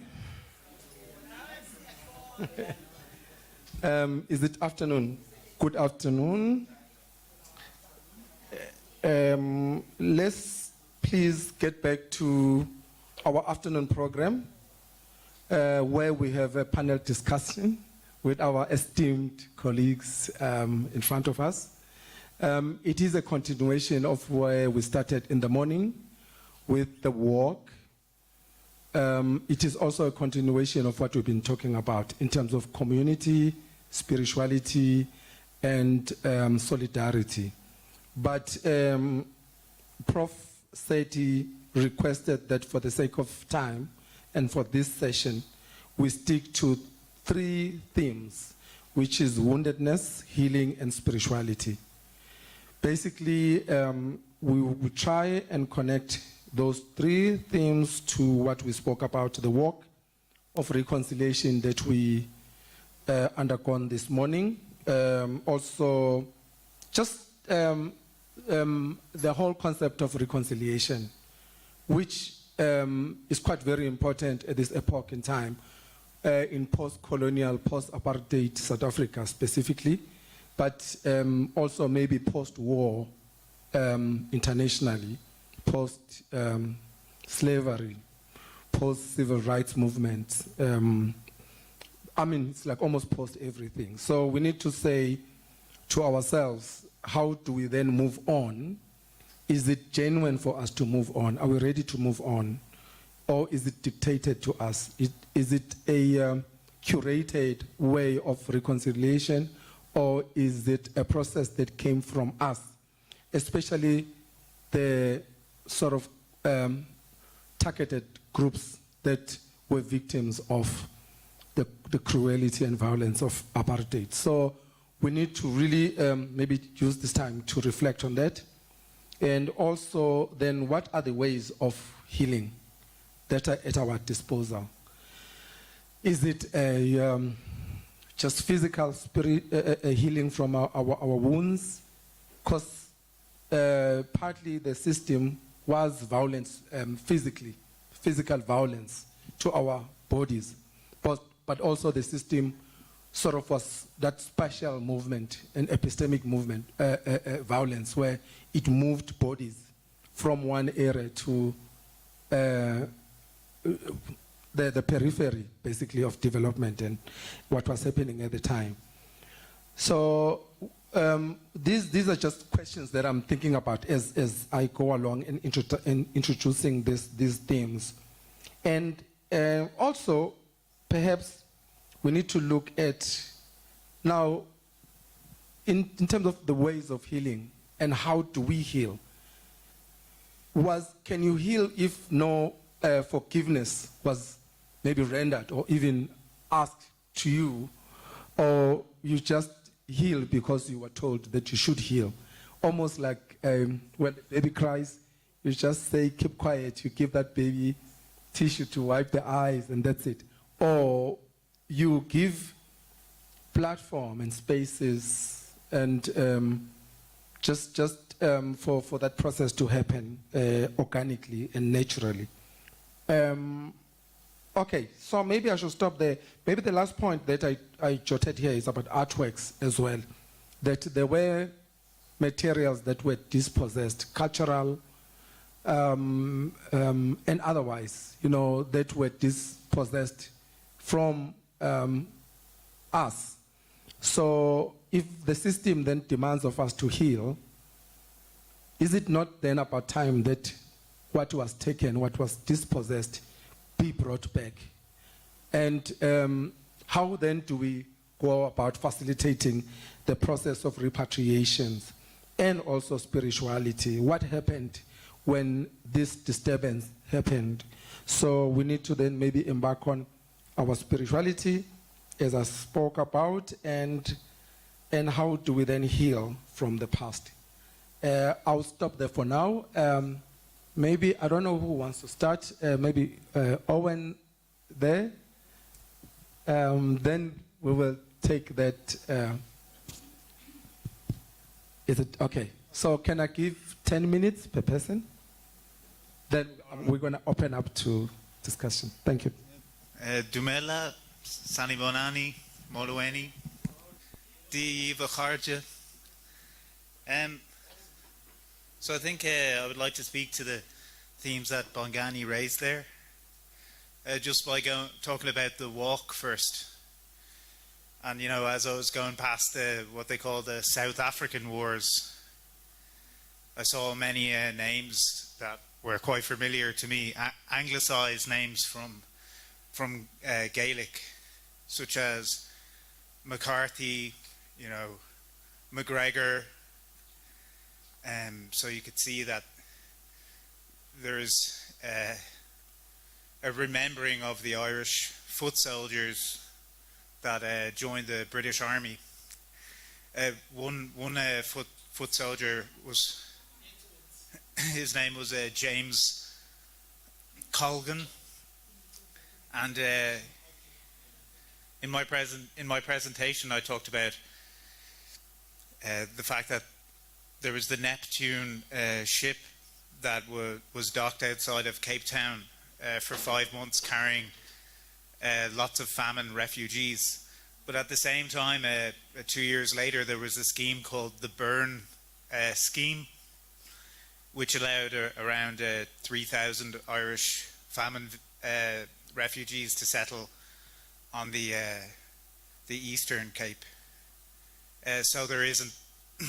So the Neptune it's the story of how a lot didn't travel into South Africa, but then there is an exception, which was the Burn Scheme, which did allow people fleeing famine in Ireland to come to South Africa. And then there was thousands and thousands of men who joined the Anglo armies, including James Colgan, who was escaping in 1852, also a country torn apart by famine, and he fought he fought in the 8th Warsaw War, and so his son then, Charles Colgan, came to the bar in what was referred to as Rhodesia, and he actually during his career supported the continuation of British rule in Rhodesia. So even on the racialized Gaelic side, you still have men who joined the Anglo armies, and then their descendants filtering and cozying up to Anglo whiteness. But you also have the other side. One of the men who was on that ship, his name was John Mitchell. He was transported to Tasmania, where he did 7 years of penal servitude. He returned to Ireland and then went over to the USA, supported the Confederates supported the continuation of enslavement practices in this U.S. settler colony, and then supported the Boer armies, and became a figure quite. There's a statue of him in County Down, which I argued on Facebook where else that statue should be taken down, which not a lot of people liked. But why should we eulogize people who supported the continuation of trampling on other people just because they were successful in mounting challenges to British rule? His slogan was, "England's difficulty is Ireland's opportunity." So he believed that it was the role of the Fenians to weaken the British rule wherever it stood. But that is, as Lahasa Molloy said the other day, a selective decolonial, not even a decolonial approach, I think selective coloniality.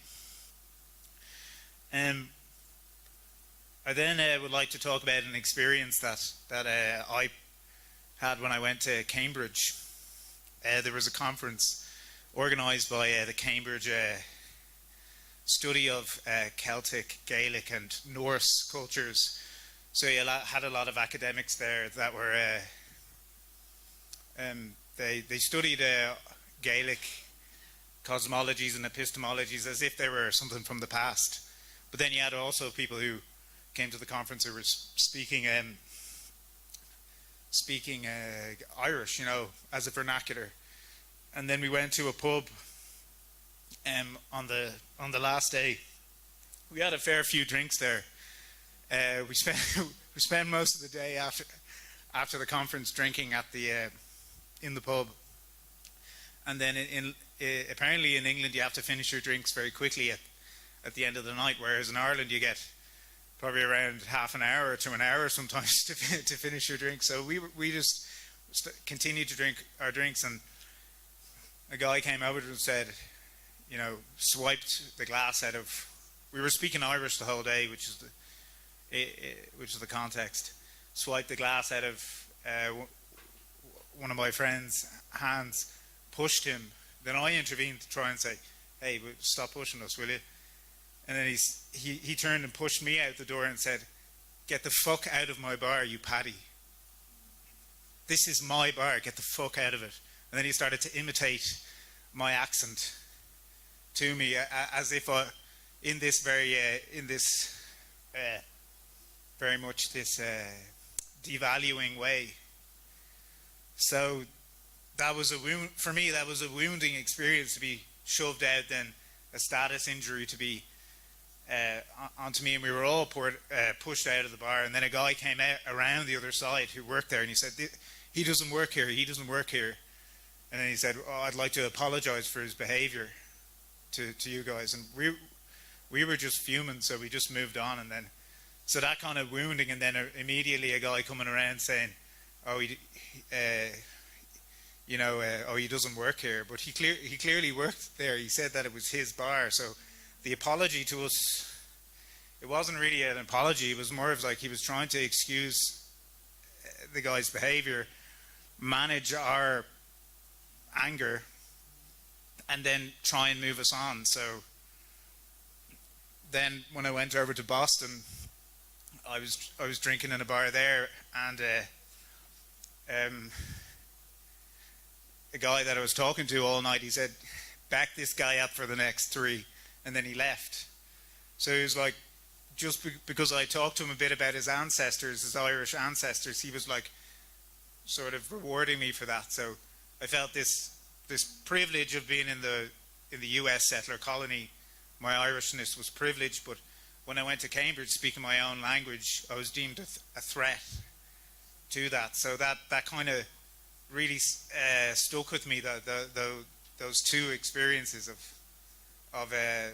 you know, bar incidents. Anyway, you know. So anyway, the last thing that I'd like to say is that, you know, I think Ireland could learn a lot from South Africa, and it's incidental that there's an exhibition about the Irish anti-apartheid movement out as we walk in and out for lunch and everything. Everybody is just seeing this Irish support, and you know, I think it's because that, you know, when people have experienced colonialism from the same colonial master, they tend to see each other. They're more visible. Their pain's more visible. Their wounding is more visible to each other. But I think that Ireland could learn from South Africa, because there's no Truth and Reconciliation Commission ever set up in the north of Ireland. So there's men and women walking by each other every day, driving past each other, knowing that they've murdered 3 or 4 people, their friend, their brother, their uncle, or their sister, their mother. They've thrown petrol bombs and through windows, and no one's ever stood up and talked about this in an actual state-sponsored reconciliation commission. And when we did the 50th anniversary for Bloody Sunday, the theme of the whole thing was, there is no British justice. There's no reconciliation commission in the north of Ireland, because if there was, there'd be many British soldiers behind bars, and that it would go to the very core of Westminster, and it would show that all these violent policies, shoot to kill, internment, they were all directed from Westminster. You would basically have to trace back everything, and it all goes back to the political establishment in Britain. The collusion, there's several books on it. The collusion of the British Army. They planted a bomb in a show band's, the Miami show band massacre. I think, from my own research, they wanted to make it look like it was the IRA.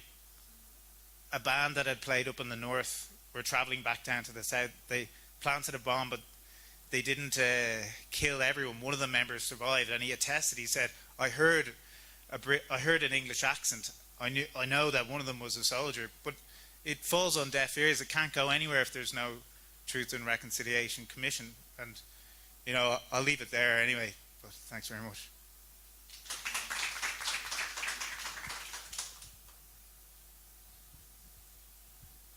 Tamagweni, under the topic woundedness, healing and spirituality. I think as a people we need to accept that we were distracted and we were wounded.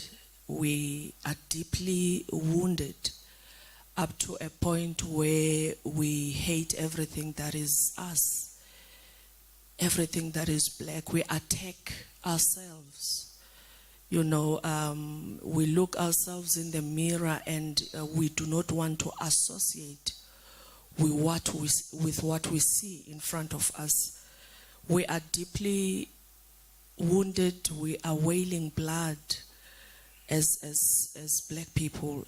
We were disorganized in all aspects of our lives.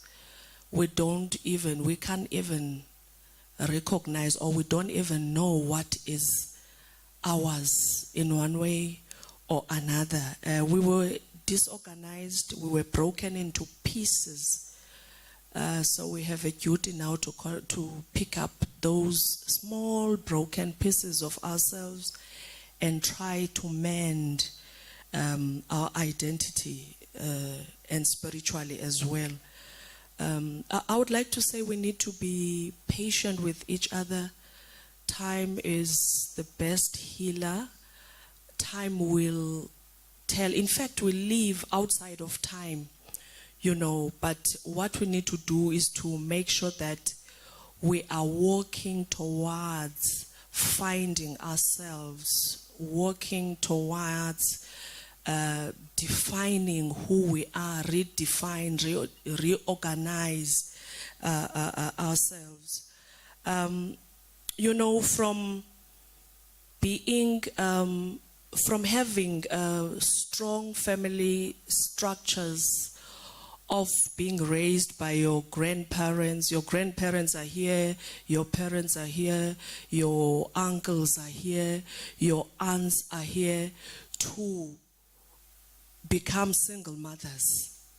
You know, we used to, the way we were structured as families, we used to stay in big homesteads with everyone present to teach, to heal, to feed, to, you know, do all these agricultural activities that we were doing to feed ourselves, to becoming a single parent. When the colonizers came, they took our fathers to the mines and we became fatherless, a fatherless nation. And that continued until now, that our brothers are here, but they are absent. They don't want to raise their kids because they were never raised by their fathers. Their fathers were never raised by grandfathers because they were in the mines. They were in mines. From doing our, you know, our agricultural activities, from doing our economic activities, because we will plant our own food and keep the reserves, silos. We had our own economic activities and keep our seed banks. Our seed banks now are with Monsanto. Monsanto is the one who's given a license of keeping our seeds. Our organic seeds are with him, are with them, and they keep on giving us GMO seeds, seeds that do not have life. We were distracted. We must accept that. We are wounded. We are broken. So we need to be patient with each other, and we live outside of time, yes. We need not to rush, because even our forefathers and foremothers, when they left, you know, they never turned their backs on us. They kept on coming back through dreams. We still rely on those dreams. That is why we were never finished. Like the indigenous people who Ian was talking about in Norway, where they wrote them off. You said there are Sami. The Sami indigenous. We were never, our ancestors never, we must be thankful to them. They never turned their backs on us. We are never finished. We are still here. We can still trace back, you know, who we are. At least we can still define ourselves, even though colonialism it tried to get to break us into pieces, but at least we can pick up pieces that we recognize. This is a piece of our identity. This is a piece of our spirituality. This is a piece of, you know, at least we can recognize, we can identify our broken pieces. We must be grateful to our ancestors. We really depend fully on amatongo oba omkhulu, because they never left us. We need a cleansing as a nation. We need a cleansing. You know, before 1994, we're supposed to have slaughtered 1,000 cows and cleanse ourselves of these unfortunate events that took place, that were meant to destroy and finish us. You know, before we occupy a union building, we were supposed to have performed cleansing ceremonies. Our tour guide today reminded us of the wars that took place in the Eastern Cape for 100 years. We were never cleansed from that. Our forefathers and foremothers' spirits were never collected from those rivers where their blood was shed because they were resisting to give over our land. We were supposed to cleanse, but we can still do. We live outside of time.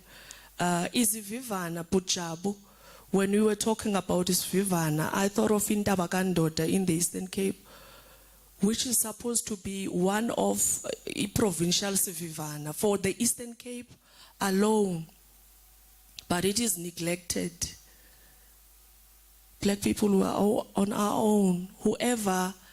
But what I like is that there's this spiritual awakening, there's this wave that is going on that makes everyone to realize that something needs to be done.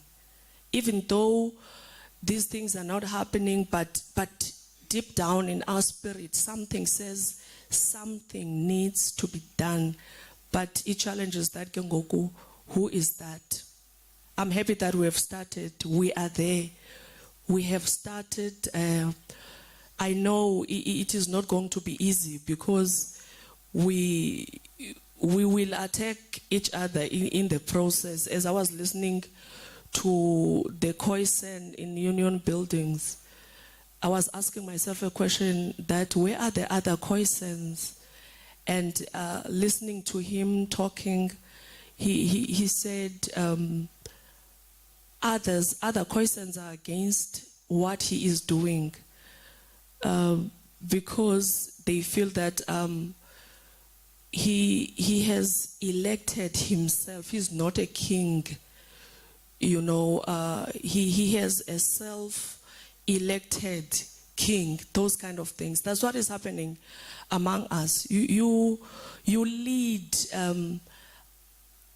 Something revives you to lead, you know, each journey towards decolonization, but your own people attack you. So we must expect those kind of things that they will happen. Abantu will ask you questions, Dobana, who have elected him? Why is he doing what he is doing in our name? We have never elected him to be, because they are in the pocket of this current government. They are getting paid to be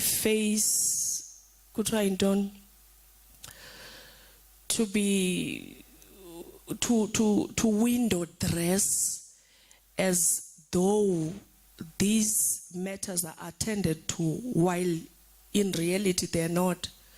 I was listening to Pujabu and I'm like, Pujabu, where are the names of our kings? Otatu, Jongum, Sobomvu, Makoma? They are not there. The names that are on the name, a wall of names, are the names of the political leaders. So this whole process have been politicized.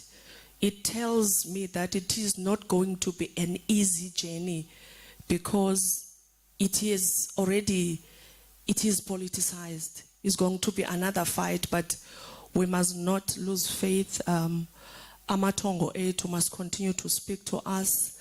Amatongo must continue to give us amandla, a power to lead, a power to restore, a power to look for these broken pieces and try to mend who we are spiritually and otherwise. Thank you.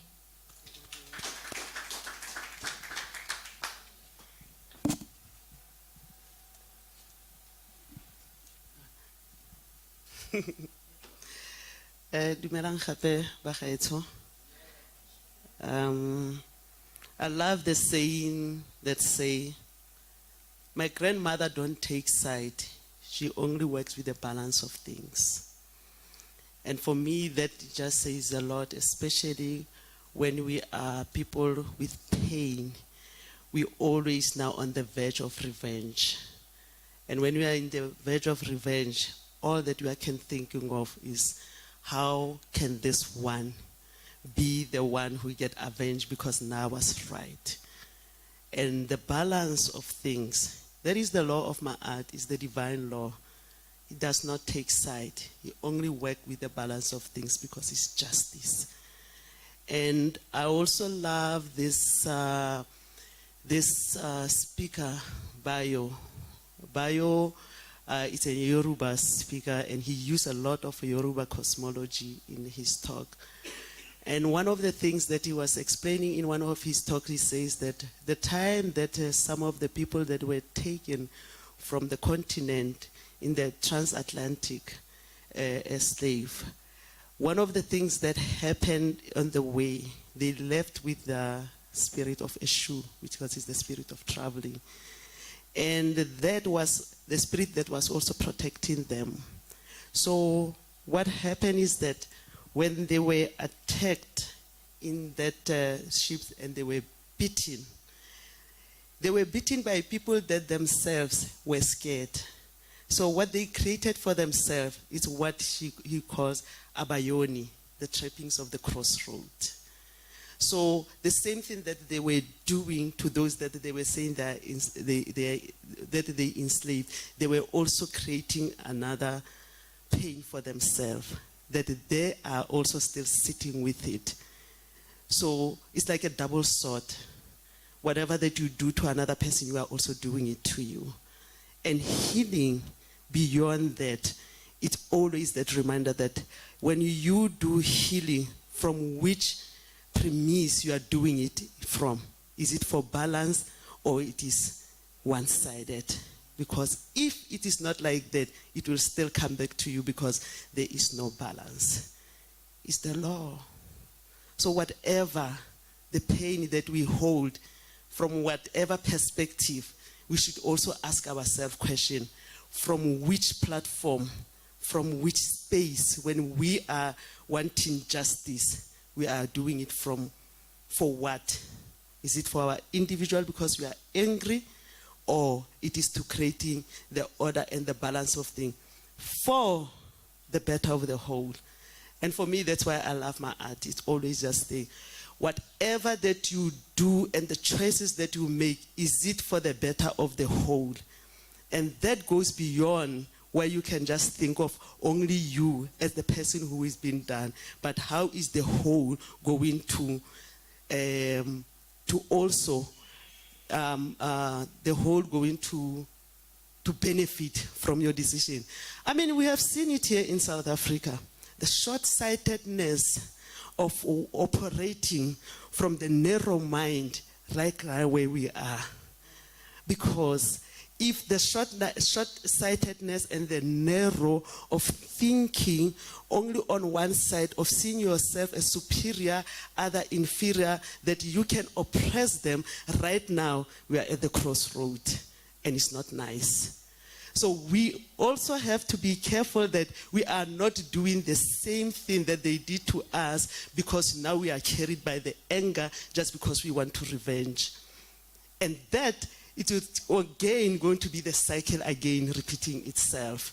Then we are going to go on and on and on. We have to ask our question, what do we want and what do we want it for? Another thing that I want to also look at, it's easy sometimes, or not easy. You know, when you are angry and you feel that good was not done to you, it's like you get blinded.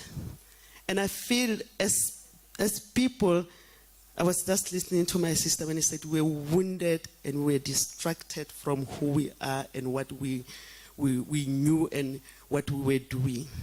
And for me, every time I like, we have to also ask ourselves, the way we were before we were invaded, what were some of the ways that they were there that that time they were not seen as a problem until we were invaded, that issues that were already taking place, they created a crack that we got also colonized because of those cracks. They were not a problem for us when we are on our own. But now when we get attacked, they become a crack that they used. The question is that what are those cracks? Because when we are not going to also take responsibility of looking at those cracks and we don't close them, they will still continue to use them. And when they continue to use them, we will just be going there being confused because we have also not sit and do introspection like, what was that was also open that needs to be closed? Then we'll be seeing healing beyond the eyes because we are also going to stop and also say that we were also not in our greatest position of ourselves. So now we are closing this because it's not going to happen again. And it's not going to happen to us when we are not even seeing that it's already here.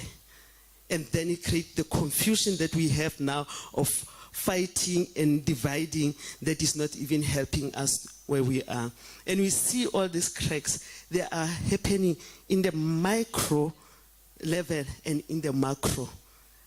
It's the same thing that we even ask.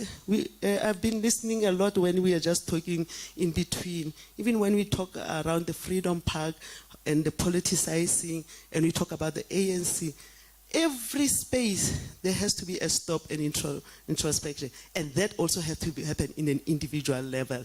Sit and ask. How did, I always ask, when someone comes and says, this and this and this and this and this happened to me, the question is, how did you get here?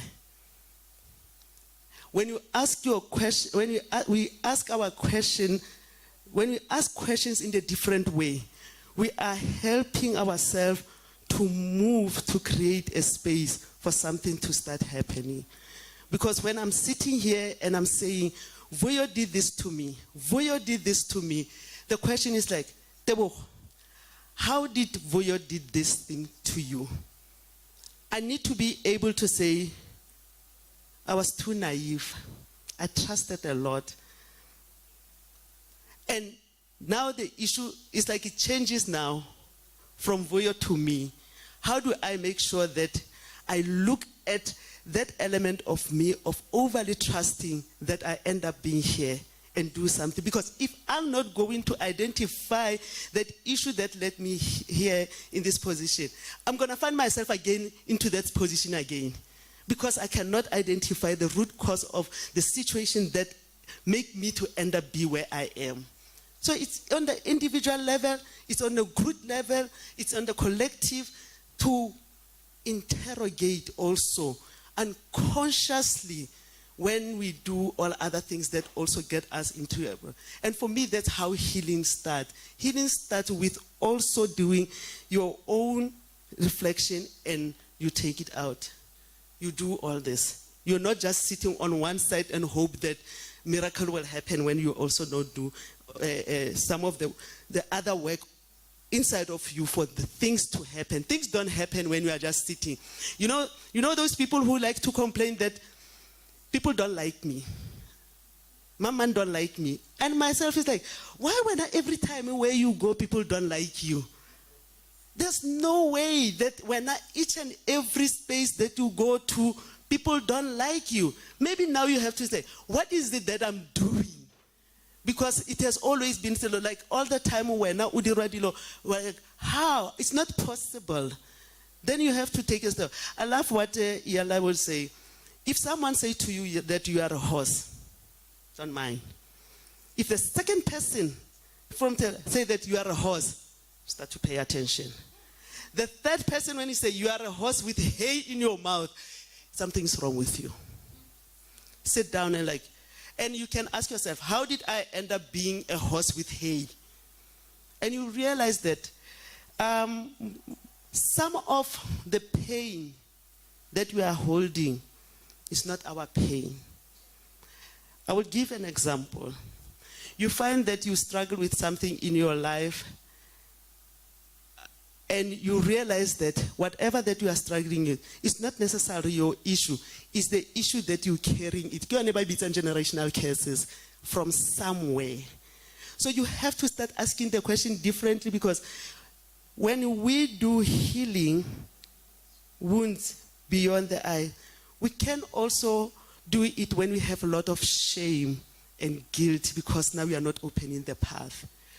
Whereby, if I see something in me, if I see that I'm angry, when I ask the healing question, I don't get stuck onto identifying anger as me. Because myself, I'm not angry. It is what I've become because of different situations. So my question is, what made me angry? Where does this energy of anger come from? And now I'm asking question differently so that healing can take place. When I ask, where does the root cause of anger in me stem from? Already healing has taken place. Because now I ask the different question. And then you realize that when we do womb work, for example, I'm finishing. We check on the issue that if you have a particular pattern that you are showing, we will look at the bigger picture that what were the conditions of the environment that you were conceived in? Because what is happening to you, it comes from layers and layers and multiple layers of yourself. You find that your anger is not your anger now. Your mother was angry with your father when he was pregnant with you. You come up with the energy of anger from the place when we were born from. And it could be the anger also of your father. So there's so many ways for me that I can say, in an individual level, in a collective level, there are so many ways that we have to identify which one talks to ourselves where we find us. Or else, we are going to keep on spewing the same thing on each other, and we are saying that we are decolonizing, we are doing this, but we are also not pausing to say, what kind of, as an individual I am, how am I relating with other people? What is happening? And what is that I want to see? Maybe when Sisi was, I wanted to put this point again. I think Marimba Ani came up with a nice way of explaining the spirit that is unfulfilled, Yurugu. The unfulfilled spirit, it destroys because it cannot be fulfilled. And for the fact that some of us, we went through this, the long journey of being traumatized, we have even imbued most of the spirit of being the brokenness of those who broke us. That is why we are breaking each other even right now. So I will just say that we need to start with an individual work and collective to analyze, to synthesize, to circumspect, and to integrate everything so that we can become the whole that we want to see. Like he said, Ianla reminds us we have to find peace in the broken pieces. Thank you. Kia, kia. Kia, kia. Kia, mama, kia. Hi, kia, kia, kia. Kia, kia. Kia, mama, kia. Kia, mama, kia. Kia, kia. Kia, kia. Kia, mama, kia. Kia, mama, kia. You, mama, you, mama, you. Kia, kia. Kia, mama, kia. Kia, kia. Kia, mama, kia. Ayiti. Kia, kia. Kia, tata, kia. Kia, kia. Kia, mama, kia. Kia, kia. Kia, mama, kia. Kia, kia. Kia, mama, kia. You, mama, you, mama, you. We mama ndieke tubula ditwali sipam. We mama ndieke ditwali sipam. We mama ndieke ditwali sipam. Tubula Siyesaba ngesibhamu. lezinja. Tubula Siyesaba ngula. isibhamu. Tubula ngesibhamu. Siyesaba lezinja. Tubula Siyesaba isibhamu. Tubula ngesibhamu. Mama ndiyeke. Tubula Tubula ngesibhamu. Mama ndiyeke. Tubula ngesibhamu. And the song doesn't say mama tata ndiyeke. It says mama ndiyeke, pleading and appealing to the mother to give blessings. Uma muyajabula. Uma muyajabula. Uma muyajabula. Muyajabula. Sizakhwela phezu kwendlu swashaye. Jabula kangishaye ibhunu. Sizakhwela phezu kwendlu swashaye. Umama uyajabula mangishaye iphu. Umama The uyajabula. objective is to please. Umama uyajabula. The objective again is to please the mother. We begin by saying, Gia, Gia. Gia mama, Gia. Because at that time we were preparing for war. And we would draw the inspiration from our mothers. Because it is our mothers that are the source of our power and the source of our strength. And we would say, therefore, Mama Ndieke, and appeal to the mother to set us free, to bless the path for us as we were going into the war. Because there was a greater spirit speaking to us, even as we were disconnected from our beings. Our ancestors reminded us through the song that the source is the mother. And that is why when De Boer speaks about the mother idea, he's in unison with Credo Mutua. When Credo Mutua says that a man may kill another man, a man may do anything and everything to any other person, but you dare touch the mother, then there must be war, because mothers and daughters are inviolable. If we then begin to regain that sense as a people, not the false sense of male superiority. The males have a sense of superiority that they are suffering from. And the women have been inflicted and are suffering from a sense of inferiority complex. And so what there needs to be done is to revert to the mother idea. The mother idea that taught us that we did not feel diminished when our mothers were in charge, when it was patriarchy, because we knew that the path was that of compassion and that of nurturing, and that this nurturing and this compassion was not understood as a weakness. The compassion, the motherhood, the motherliness was not understood as a weakness, but rather as a strengthening capacity. One that gives courage. That is the mother idea. And so if we seek then to reconcile with ourselves, we then have to rediscover who we were before anything else happened to us. What we were, mother was at the center.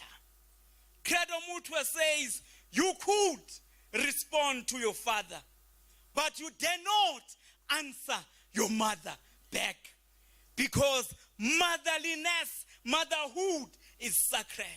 And so these songs that we sang in the liberation struggle, even as we became patriarchal, because we had lost a sense of who we are, but the ancestors kept on bringing us to ourselves through the song. We were not aware as we sang that song that it was the ancestors speaking to us. Atunokutula uyelele ma yelele mam. Uyelele mam. Abasazibo basizwa ngenkoma. Abasazi basizwa ngenkoma. Abasazibo basizwa ngendaba. Abasazi basizwa ngendaba. Unokuthula lo bamuzwa ngendaba. Abamazi bamuzwa ngendaba. Unokuthula lo bamuzwa ngendaba. Abamazi bamuzwa ngendaba. Uerika lo bamuzwa ngendaba. Abamazi bamuzwa ngendaba.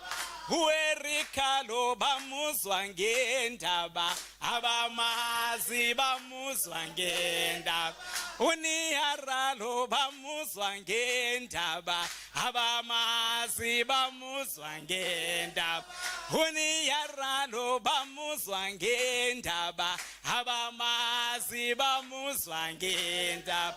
Ufuyifuyi lo bamuzwa ngendaba. Abamazi bamuzwa ngendaba. Ufuyifuyi lo bamuzwa ngendaba. Abamazi bamuzwa ngendaba.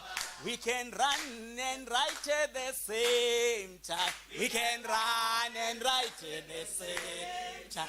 We can sing and shoot at the same time. We can sing and shoot at the same time. We can love and fight at the same time. We can fight right at the same time. Who left to right? Yamasa. Who left to right? Yamasa. Hi. Nikenas born. Hi. Isipam. Hi. Nikenas is. Hi. Islokin. Hi. Nikenas born. Hi. Isipam. Hi. Nikenas is. Hi. Islokin. Hi. Good.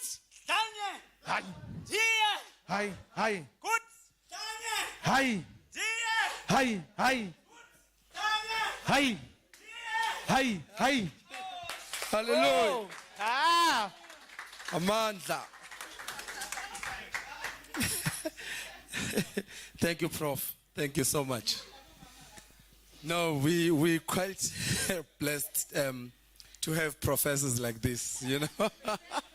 My idea of a professor has always been a colonized idea of a professor must have a long beard. He must be male, powerful and white, and scary, actually. So, thank you very much for transforming our preconceived colonial ideas of people that are in charge of our education, charge of our culture, but also in charge of grooming future generations as well. So I think the future is in great hands. Okay, without further ado, I'm going to now reflect. I'm going to open up a chance for reflection from the wider, I'm not going to call you audience, from a collective. Maybe just to recapture a few ideas. I'm not going to count all of them.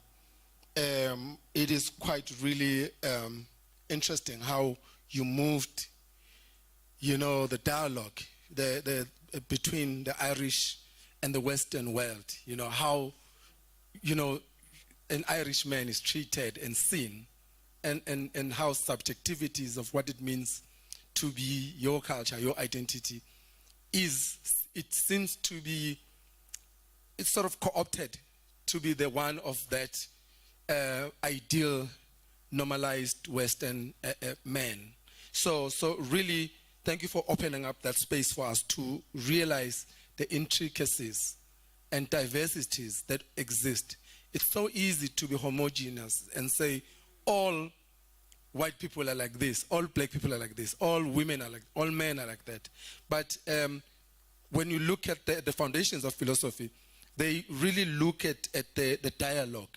There's always that dialectics between the two, from Plato, Aristotle, you name them. They were engaging with the dialogue, the two ideas, the two entities communicating, debating, questioning. You know, so for me, that really opened up that, which was taken by later, obviously, philosophers like Sartre, Fanon, you know, talking about the master-slave dialectics. And until now, we're talking about healing. Healing from what? Healing to what? You know, to what point? Is there a point of verification where we will say, this is now an absolute point of freedom, where we are all free and equal, and we've seen the truth?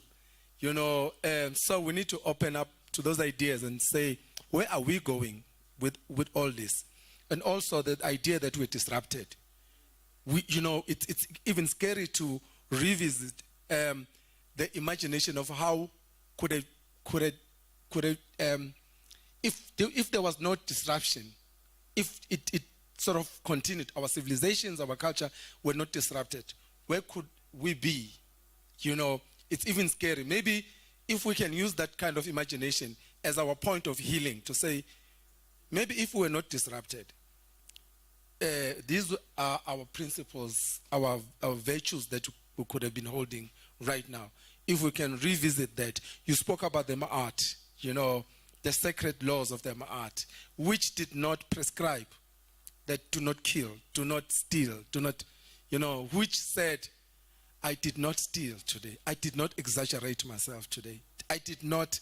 So it came from within.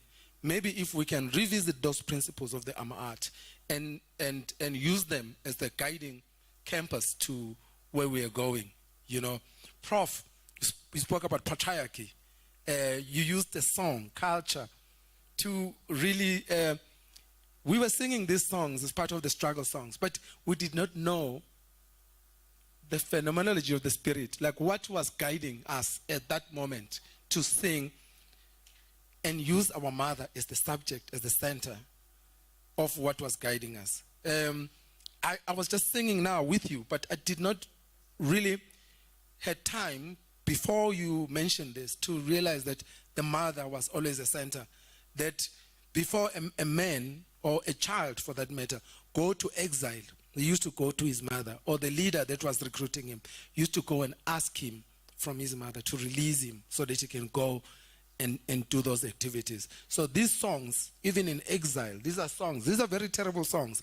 One can really see us happy and singing them in the new epoch, but these songs are conceived out of pain, of rage.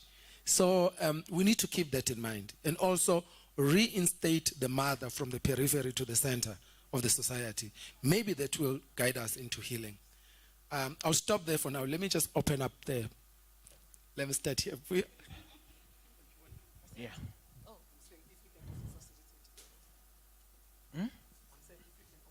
Will do, certainly. Maleta Kawumendon. Uxolo, and ngiyabona ubhuti wakho usenjonga kanjani.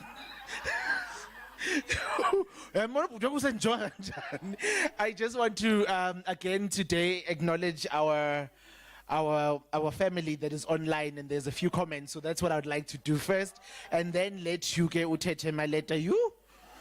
Ngaze niphelwe yito.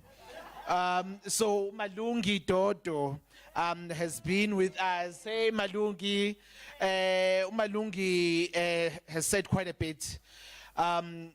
When we were singing earlier, uqale wathi awu nalivusa usinga bafowethu ngale ngoma iqubula ama memories when we came back, when we came from where we come from as Africans. They then go on to say that healing also comes from realizing that gogo nomkhulu in the family, obabekazi nomalume, our first psychologist.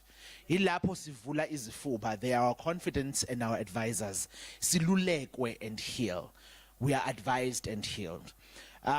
She speaks to a comment, yes, our stable introspection. We need to be honest with ourselves and identify our role in the equation.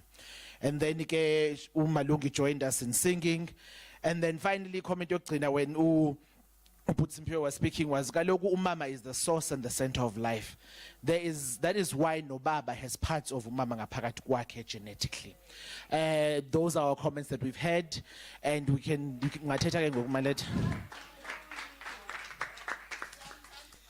Okay, I think Malungi and everyone online, please let us know when you're on campus so that we can have coffee.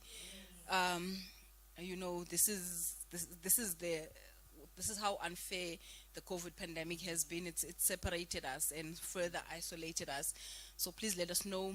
This small but intimate community at CHS is always there for each other, and will certainly love to see you and meet you and do things together. Okay, now to extend upon Prof's, you know, philosophizing, and also upon our conversation from yesterday. The boys at home, before they go to initiation rites of passage, they on Friday, so there is the younger boys, if my son is 18 going to initiation school, the younger boys who are also his age mates and younger 17 do a release, they release him. So there is a celebratory thing going on. And in that celebration, there is a song they never miss that says, Mama Ndoluse. Knowing very well that Umama is probably external in the process.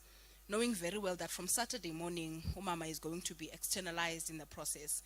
But they always say, Mama, initiate me. Ndoluse. So yeah, I'm extending upon your philosophizing, Prof, and trying to kind of stamp it, which Umama has always been such a huge deal. And this is coming from a daddy's girl, gay.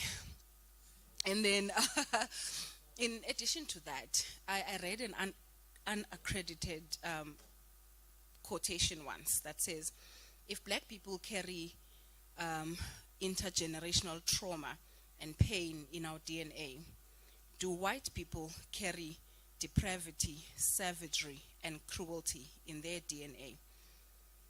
And by extension, in my own thinking, and of course, I mean, there's examples that prove this everywhere you go. If you're watching the debates, not only online, but physically, of the children, minor children who were attacked by grown white men in Bloemfontein, you will know that that depravity, cruelty, and savagery remains in the DNA. If you see the defense online, grown people could reconcile that children were beaten by old people. Somehow it made sense that happened. You get to see that.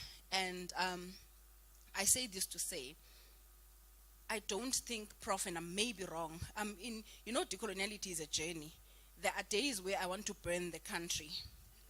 I think let's just burn all of us and die and rest our bones. Like, from fresh, all of us, let's just die. There are days I'm like that. And then there are days I think we are kind of stuck with each other. So how do we coexist? And I say this because we as black people carry the burden of having been colonized, having been enslaved, having been oppressed, having been excluded, having been da-da-da-da-da-da-da-da. White people, unfortunately, or fortunately, I don't know what they think about it, honestly. I have no idea.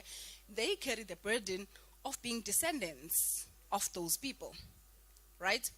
So within carrying that burden, does it not then make sense for all of us to sit around the table and try and fix this for future generations? You know, in my department does not want to have these conversations, but in my department I used to say, if your forefathers had any foresight at all, they would have corrected all of this so that you don't have to deal with this today.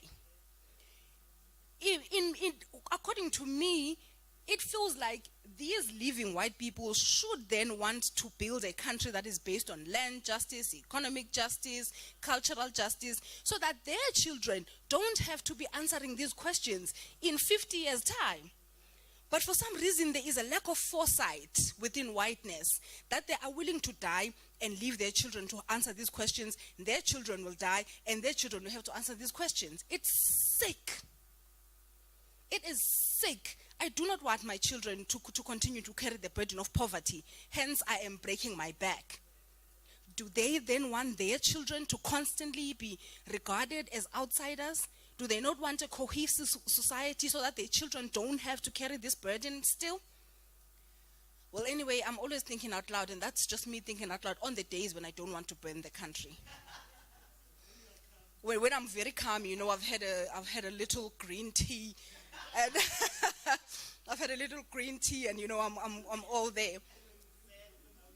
Yes. So I think for me, the healing, as we heal the burden of that slavery, enslavement and apartheid, there needs to be healing on the other side as well. And you look at this room, there's one white South African in the room.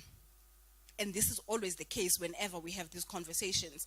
I'm talking about the internal Unisa white South Africans. They won't show up because they feel attacked, and trust me, it's an uncomfortable conversation. It's uncomfortable even for me and us as well. But unless we are willing to have those difficult conversations, nothing will ever happen. We are kind of stuck together, aren't we? Should we not try some type of healing? Should we not try they've tried. There's 80% of us. And they won't, because there's 80% of us. We will give birth and birth. Have I not tried to supplement? Have I not tried? Thank you so much. Essentially, in my ramblings, when I don't want to burn the country, I want us to coexist. And I want our children to not have this burden that we carry. That's all. All of us, collectively.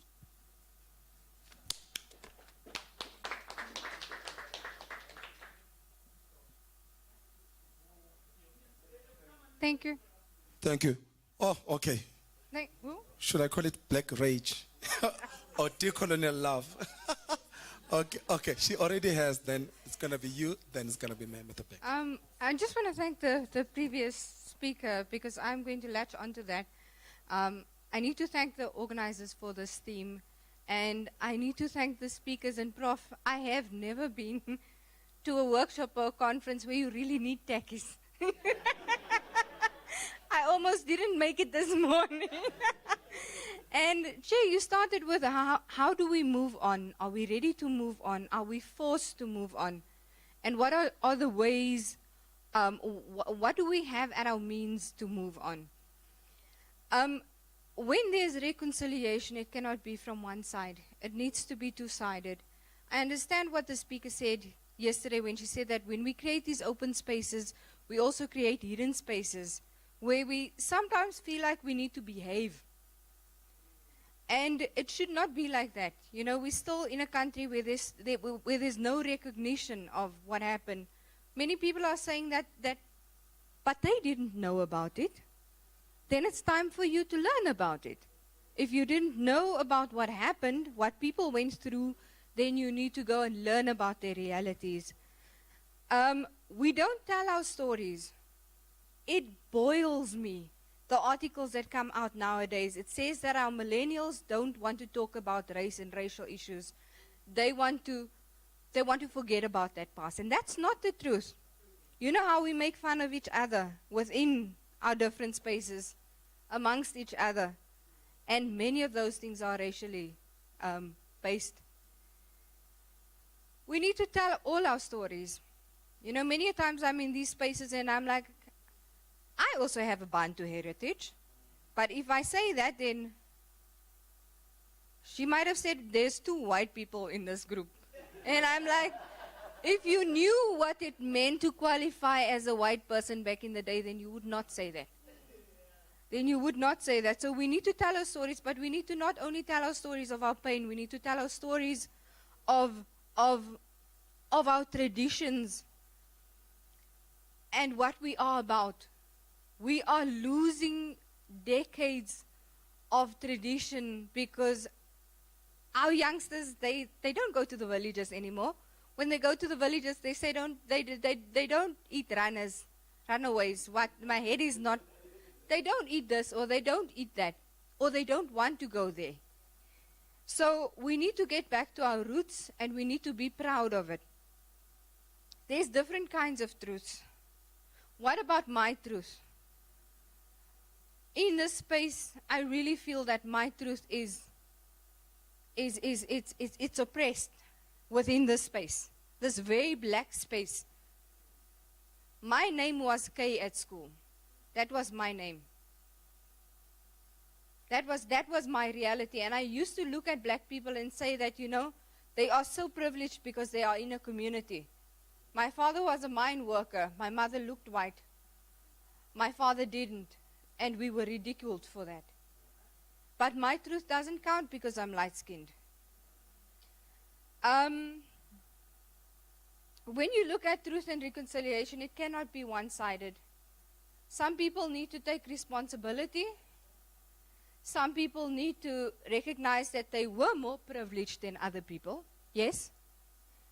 And then we also need to go back to our roots and we need to deconstruct these spaces.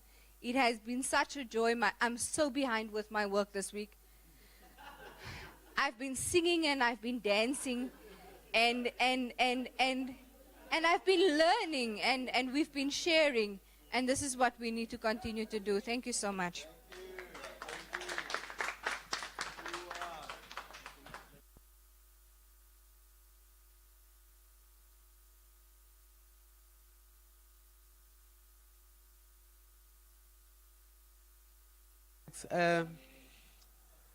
I want to come with a different perspective altogether. I'm from health. To me, when you talk about a wound healing, there's one concept missing, which is health. So if we say a person comes in, the person has a wound, I want to understand what type of wound are you having? Because wounds can be physical, can be emotional, can be psychological. So that's why we talk about the whole. When we treat the patient, I say, you know, I need to look at the whole, because when each part is affected, it affects the whole systems. So your body is like a system. So when mentally you are not okay, so it means the whole body is affected. So when you treat somebody, you look at holism.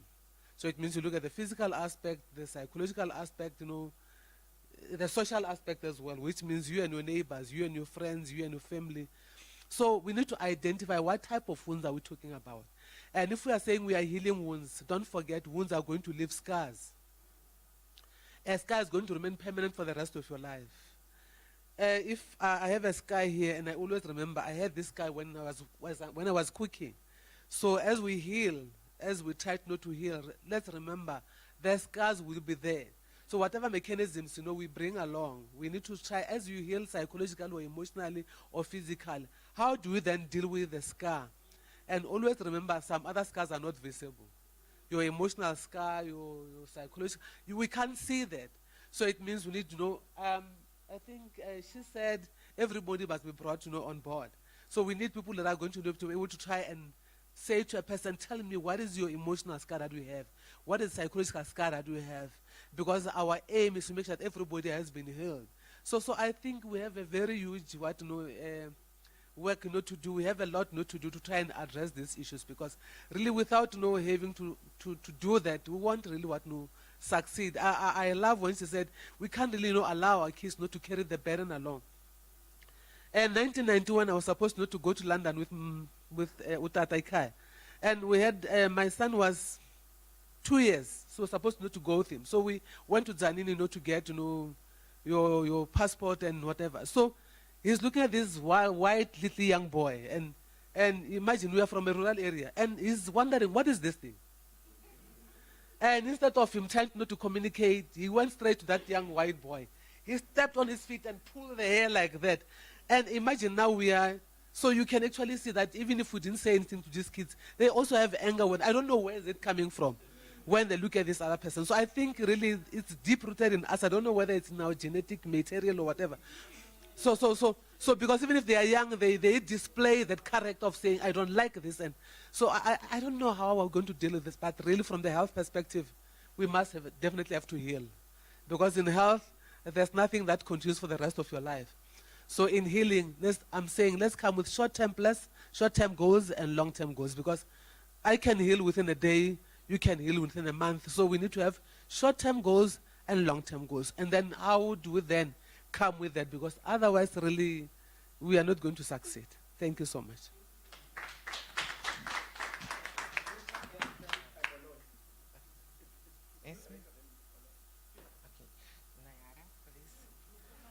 Nayara, the mic of the Nayara. Oi? Preciso levantar? Tá. Primeira coisa, eu acho que é importante a gente separar privilégio de conquista. The first thing is that it's really important for us to divide privilege and conquer. Eu não consigo imaginar uma pessoa preta na diáspora negra I cannot imagine a black person in the black diaspora que não esteja se alimentando hoje por muita luta. that are not feeding themselves with a lot of struggle. Isso não é privilégio, isso é conquista. And this is not a privilege, this is a conquer. É importante separar essas duas coisas. It's important to divide both of this. Acho também importante que a gente consiga dividir as tarefas. It is always important to divide our Dividir as tarefas. our tasks Saber onde cada um está neste momento da história. and to know where everyone belongs in this moment in history. Os brancos precisam educar os brancos. White people must educate themselves Porque nós já temos tarefas demais. because we already have a lot of tasks. Nós temos muito trabalho pela frente. We have a lot of work to do. Trabalho este que começa reparando os efeitos negativos da colonização. And it begins by making it right with all of the effects of colonization. E como disse a Mama Buntu, se repensando também no pré-colonial. And as Amama Buntu said, to rethink ourselves in the pre-colonial times. E agora buscando estratégias para o futuro. And now we have to look forward to new strategies to look forward to the future. É um cálculo muito difícil de se fazer. It's a very different calculation to do. A equação da sobrevivência é cruel. The survivor equation, it's very cruel. Será difícil fazer isso se ainda a gente tiver que lidar com a cura do todo, de todo mundo. And it will be harder to do it if we have to deal with the healing process of everyone. Mas tenho certeza que a partir do momento que a gente se cura, o mundo recebe isso de volta. But I'm sure that at the point that we heal ourselves, the world will receive it back. Nossa meta é restabelecer nossos valores civilizatórios. Our goal is to reestablish our civilization values E propor como possibilidade de expansão das relações de sociabilidade. and have a propose of sustainability. You can? Qual parte? Não, precisamos restabelecer nossos valores civilizatórios e propor como possibilidade de expansão das relações humanas. We have to have a proposition of expansion of human relations. Eu vou repetir algo que eu falei anteriormente. And I will repeat something I said previously. Quando nós estamos falando de nós, When we are talking about ourselves, automaticamente estamos falando da emancipação coletiva. we are also talking about collective emancipation. Porque romper as violências e os estigmas nos grupos mais marginalizados Because to disrupt violence and stigma in the most marginalized groups significa automaticamente romper a violência sobre todos os corpos. means to disrupt the violence that goes against all kinds of bodies. Eu vou terminar essa parte com, não sei se vocês conhecem, tinha uma tarefa das mulheres negras no Brasil, na diáspora. There was a work of black women from Brazil in the diaspora. As mulheres, elas tinham seus filhos arrancados. They had their children took off from them Assim que nasciam, when they were born, para que essas mulheres amamentassem os filhos dos brancos. so they could feed white people children.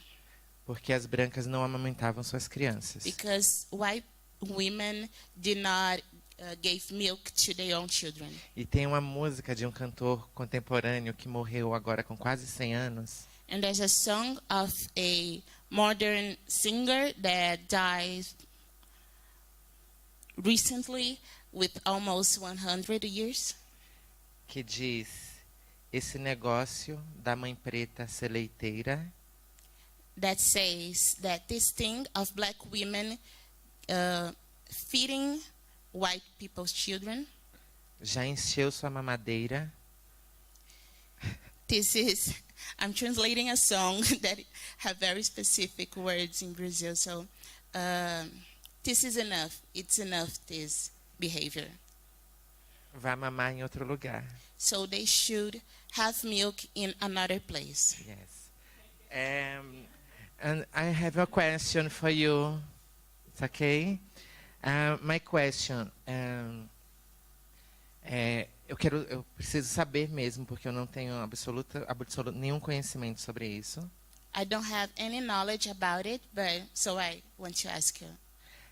Eu estive em Boston uma vez, há alguns anos atrás. Eu fui fazer uma fala em Harvard. I was in Boston some years ago, in Harvard. E quando eu fui à cidade, And when I went there, eu vi muitas casas em Boston, I saw a lot of houses, extremamente nacionalistas, very nationalists, trumpistas. that support Trump. E a pergunta que eu tenho é: eu acho importante que os brancos pesquisem sua ancestralidade. And I believe it's very important that white people research about their own ancestry. Porque, inclusive, eu acho que é por conta do rompimento com a ancestralidade que tantas coisas podem ter acontecido. Because I think that because the disruption with the heritage, a lot of things happen.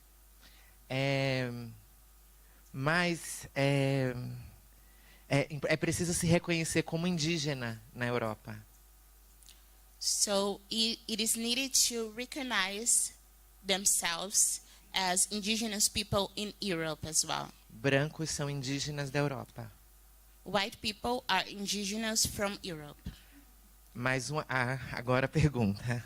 And now I have my question. Muitos movimentos da supremacia branca buscam na ancestralidade, e eu não sei em qual, elementos para fundamentar a raça pura. A lot of white supremacist movements find in the white supremacy. Buscam nessa busca ancestral a resposta para praticar a supremacia. A lot of white supremacist groups finding this heritage research the answer to sangue azul. Like they have blue blood, the answer to sustain the supremacist ideas. This is a question. Se essa busca por ancestralidade não caminha, tem alguma proximidade com essas construções da supremacia branca que se sustenta a partir da ancestralidade branca, da cultura nórdica, viking, etc. Okay, so she wants to know if this research about their own heritage, it sustains this white supremacist ideas. Thank you. May I ask that maybe, Ian, we finish up with the discussion, then you come back. The question is noted. Thank you. Thank you. He's going to come back to it. Colleagues, I'll just be brief. I want to be assisted in the context of us as Africans, in the context of the subject of healing. Do we, the living in this realm, as we are decolonizing, have a responsibility towards those who are our family members who transitioned while in colonial consciousness? The reason I'm saying this is there is another dimension of Amadlo's, your ancestors, whose coloniality generate coloniality-driven imaginations. Ugogo uthi ngiye esontweni and then ngiyaphupha. So what then happens is, if I was raised as a Christian by my parents, they have transitioned. And now I am talking decolonization, spiritual exorcism. Accusations have come that I am repealing their memory. And in a way, if I transition, I will not be one with them, as I have detached from the family by saying what they were not saying. Secondly, I've passed on that.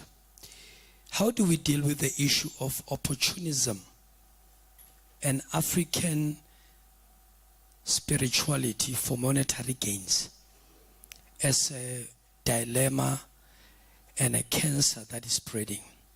Lastly, their politics were about dividing us. Should we rely on their institutions for our unifications?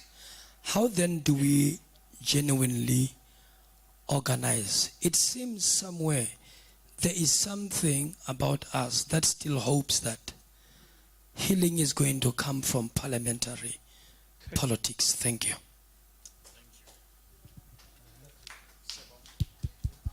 Okay, thank you, everyone. I have a couple notes I jotted down here, and I'll try to bring them together as briefly as possible. As I was hearing the conversation, couple things that came to mind. Oh, okay. Yes, I know I'm short.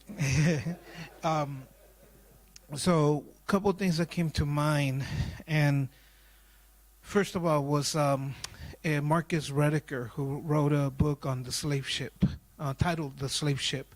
He was giving this talk that I found really instructive, but he begins with a really raw image of a lynching, and he recounts the history of the slave ship in itself, right? Because in a lot of American scholarship, it's about the plantations, it's demography, but it's not about the sheer violence that occurred in and through the ships, right? And he referenced that when he gave a version of this talk, a Baptist minister asked him, "Do you forgive him?" And, you know, he kind of jokes about how his first thought was the Baptist minister was checking to see whether he's been going consistently to church or not. And as the academic that he was, that he turned the question around back to the minister and he said, "I don't know. Can you forgive them?" And the minister's response, you know, black Baptist minister's response was, "I try very hard for 5 minutes a day." Now, that is to say that it's important to think about that reconciliation, but that is but a minuscule part of the broader work that has to be done, right? So that's the first part, but I related it to in thinking about ceremonial context, and you know, and it kind of I think is in part to this question of opportunism in terms of how ceremonies are conducted and monetized, but also another issue that we have, which is I don't want to call it opportunism necessarily, but of white people coming to indigenous ceremonies. And as a younger person, I've always been very conflicted about that. You know, hippies, right? We'll say. But one day I asked one of my own elders, my Uncle Crowbear, who since passed on, and I said, "Uncle, what's going on, man? Like, why do you let these hippies come in here, you know? And he said, yeah, they can be enfadosos. Enfadosos is a word in Spanish as like annoying.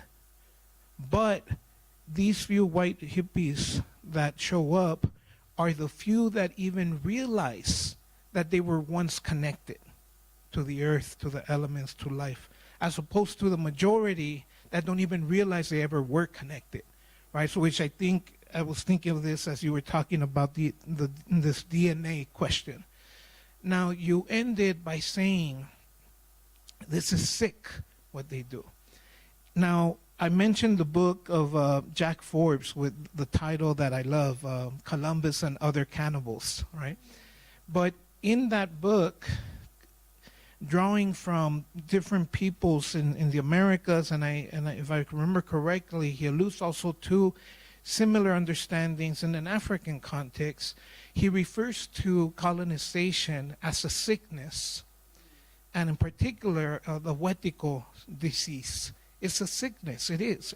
But if we're talking about healing, then that too needs healing, right? How do the Wetiko heal from their own Wetiko disease? Now, Wetiko is to say in a form of cannibalism that just devours and doesn't even realize how much it's devouring, right?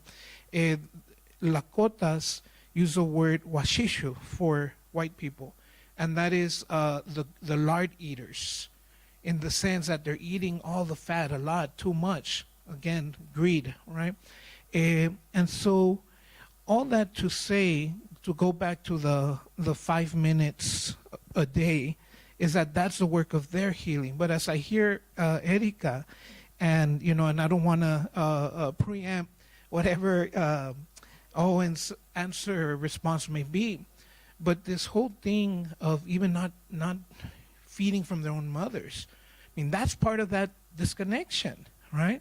To me, that is part of that disconnection. Now, there's more than just, and I'll defer here to Owen, than just simply claiming this indigeneity that can be mobilized in supremacist ways. For me, it's more that question of that connection back to their own respective mothers, back to their own respective teachings, their own respective land, not just as a claim to an identity, but the broader reconnection to, as I said with my Uncle Crowbear, like most don't even know they were once connected. Right, so there's a space then for some white people that at least have that little bit of knowledge, and then it's their work to do to build with those communities, right? But yeah. So, thank you. Sorry, really, Prof, to cut you off there because of time. Yeah, Vuyo said this is sickness. They're sick. So Frantz Fanon also diagnosed colonialism as mental sickness, actually. Take it over. Just 1 minute. Just where you left off, because I think bubbling under that question about what is this whiteness that, no one seems to want to claim, but we all know that it has implicated us in this gradient of shame that keeps coming up. I will invoke the teachings of Zulu Matabo Zulu in South Africa, where you should look him up.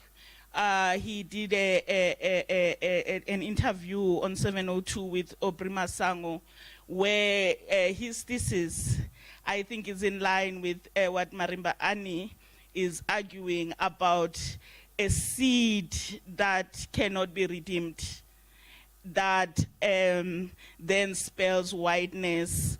And his thesis is that whereas perhaps the depravity that we see in South Africa today could really be thought of in the West kind of ways, which are perpetuated by black people against other black people, perhaps he's saying that with black people, there is a broken symmetry.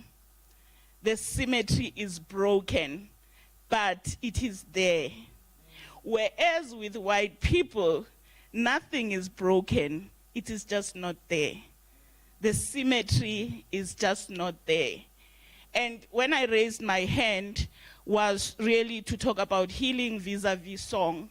When Ion was telling us that one of the things that, was outlawed in this process of colonizing people was song. We also know that for us, when we sing, we become outlaws. In a way, we live out of time. And then our needs, our aspirations, our fears, our very being, when boys say Mama Ndoluke, knowing very well that the mother would be outlawed, but they are bringing him in other words, is a transcendence. It's a transcendence that then cannot be within the confines of law. And we know how then when we come to our own, I'm looking at Tabang all the time. Tabang, you know Tabang? Tabang is the young one. Tabang is the young one. He whispered to me yesterday, he said, I think I'm a white man trapped in a black skin. So I've been looking at him. Whenever there's song, Tabang doesn't do 90 degrees. He does 98 degrees. And I say, no, there's no white man who's trapped in a black body there. And so what I wanted to say, when you began and said, Erica, I'm starting my lecture in a dangerous way, I want to say to us that when we go back into song, when we go back in song, hence, and you are saying we need, Mama T, we need to chant, we need to come back to our own, we need to live out of time, we need to find ourselves, otherwise we will always be caught up with the same fears, with the same needs, with the same everything that will then mean that we are always coming back to the cul-de-sac. So the reason that song was ever outlawed is because song is potent. And we know song. Song is us. The seed of song is within us. It was never frozen.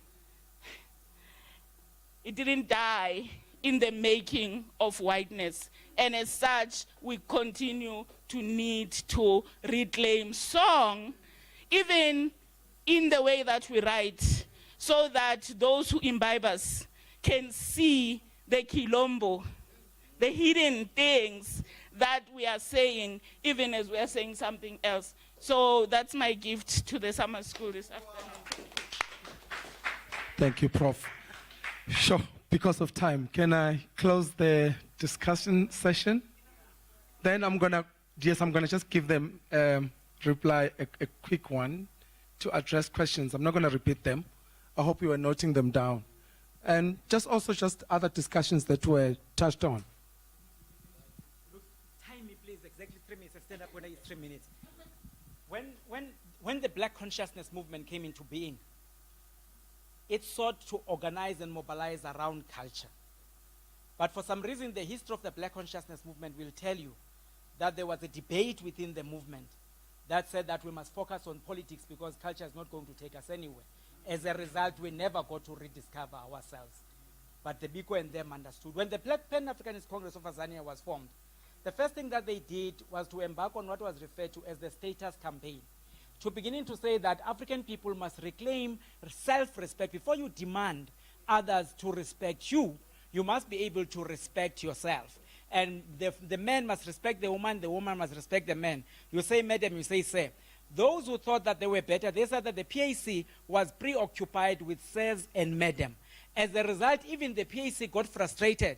They wanted then to confront the system. Hence, the quick positive action campaign of 1960 that resulted into Sharpeville, and the blood of the African people was shed. And to this very day, that campaign was not carried out because we were not able to rediscover ourselves. Instead, we sought and advanced the struggle on the platforms of others. 30 seconds. Noktula, when you say, Sititina, no masiafa, sicho, siti, asiko, the song.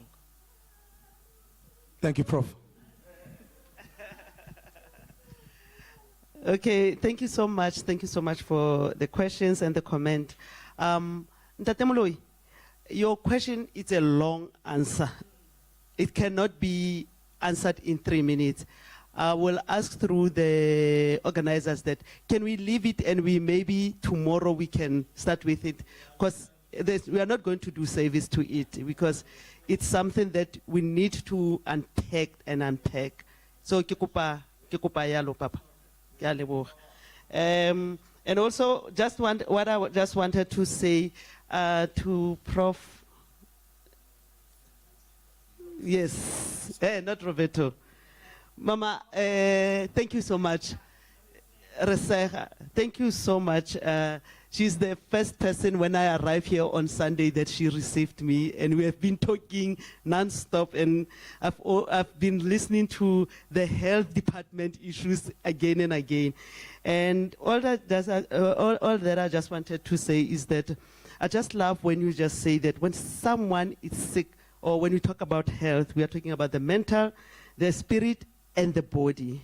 And for me, what is important is that when we heal the mental, the spirit, and the body, we always ask ourselves which perspective we are also using. Because that's where now we are able to heal the whole with also don't leave other aspects of that, what that person is. It helps because if I use the lens of Western, even when I heal the whole, there are other aspects that are still going to be left behind that need a particular integration that has the African perspective, especially with, that is why I love you, because you keep on just saying, hi man, these things are difficult man and complicated man. What are you talking about? Every time like, what, like, Prof, we are having lunch with Prof, who was talking about circumcision, said, hey, this is scary and complicated. And I love that, and you have been sitting with us. I just love that it is complicated and scary, but it is not us who even sees it like it. It is what we have been made to feel that fear and that some of those complications around our ways of being. So those questions that are very important, and they're quick. And I like it when you go into where you are, to be scared and feel the way you are feeling, because this is where now even the expansion, what Professor Hoppers always say, transformation by enlargement. We have to expand the models that have always been there and put those that were left out to make sure that we created that order that was formed in our lives. Thank you.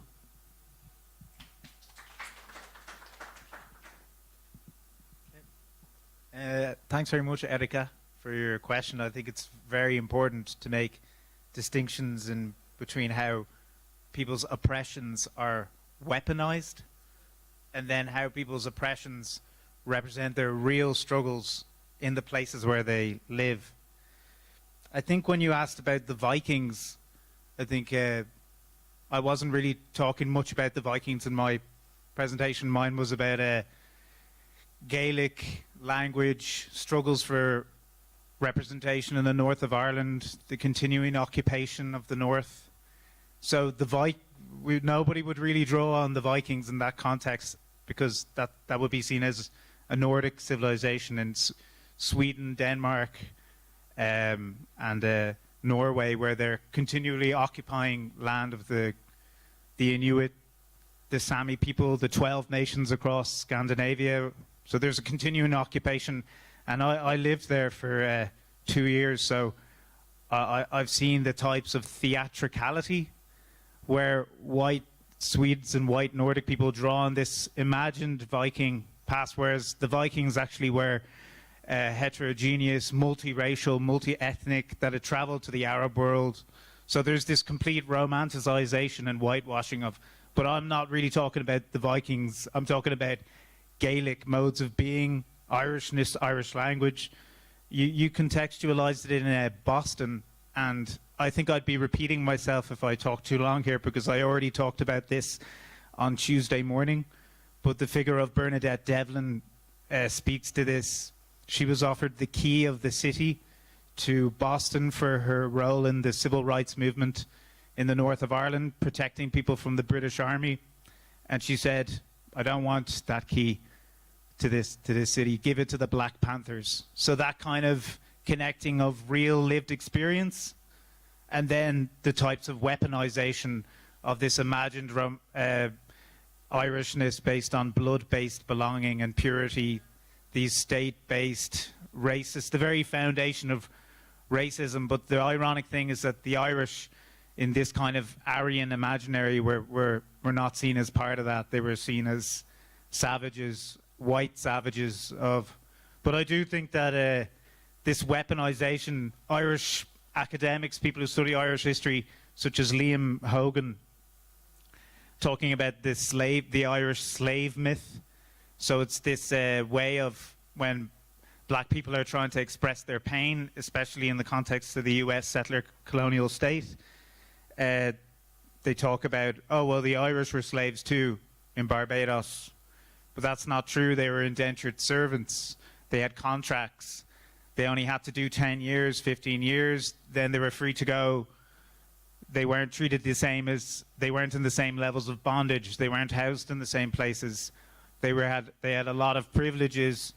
It was nothing at all compared to the conditions of enslavement. So we have to go into those histories, unpack them, because they're very brittle and they're based on arguments that are just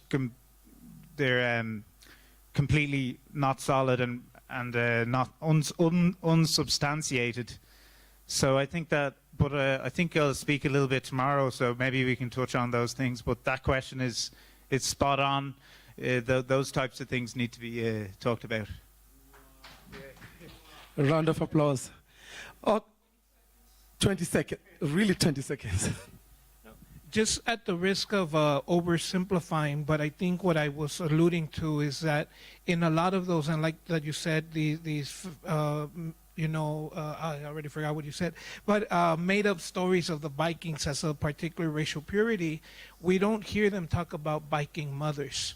It's always the Viking fathers, which is to say that all those imaginations of white supremacists not only make up these myths of these people, but it's always linked to notions of father. And I don't want to oversimplify the father-mother thing, but I think there's something to that in terms of that disconnection from the mother. Thank you. Thank you. Let me just take this moment and just close with 1 second as well. Talking about the wound. I really liked your question when you said from the health perspective, what is this wound that we're talking about? It alludes us to talk about 3 elements of decoloniality: the coloniality of power, coloniality of being, and coloniality of language. So I'm suspecting that we're addressing those 3 elements under the colonial wound. So there is a concept of a colonial wound, though I know now there's a band, there's a white band, I think it's from England, called Colonial Wound. So there's something sinister when words are turned around in concepts and really what is supposed to be powerful. When you think of Black Panther, for instance, you no longer think of Black Panther movement. You think of animated, I can go on and on. If you think of a jaguar, you don't think of an animal anymore. You think of a car, a beautiful, So with those words, I really want to say, I think she jumped. Yeah, Mama T, you jumped. You want a chance? I will make my contribution to a question by Dr. Moloi tomorrow in our next session.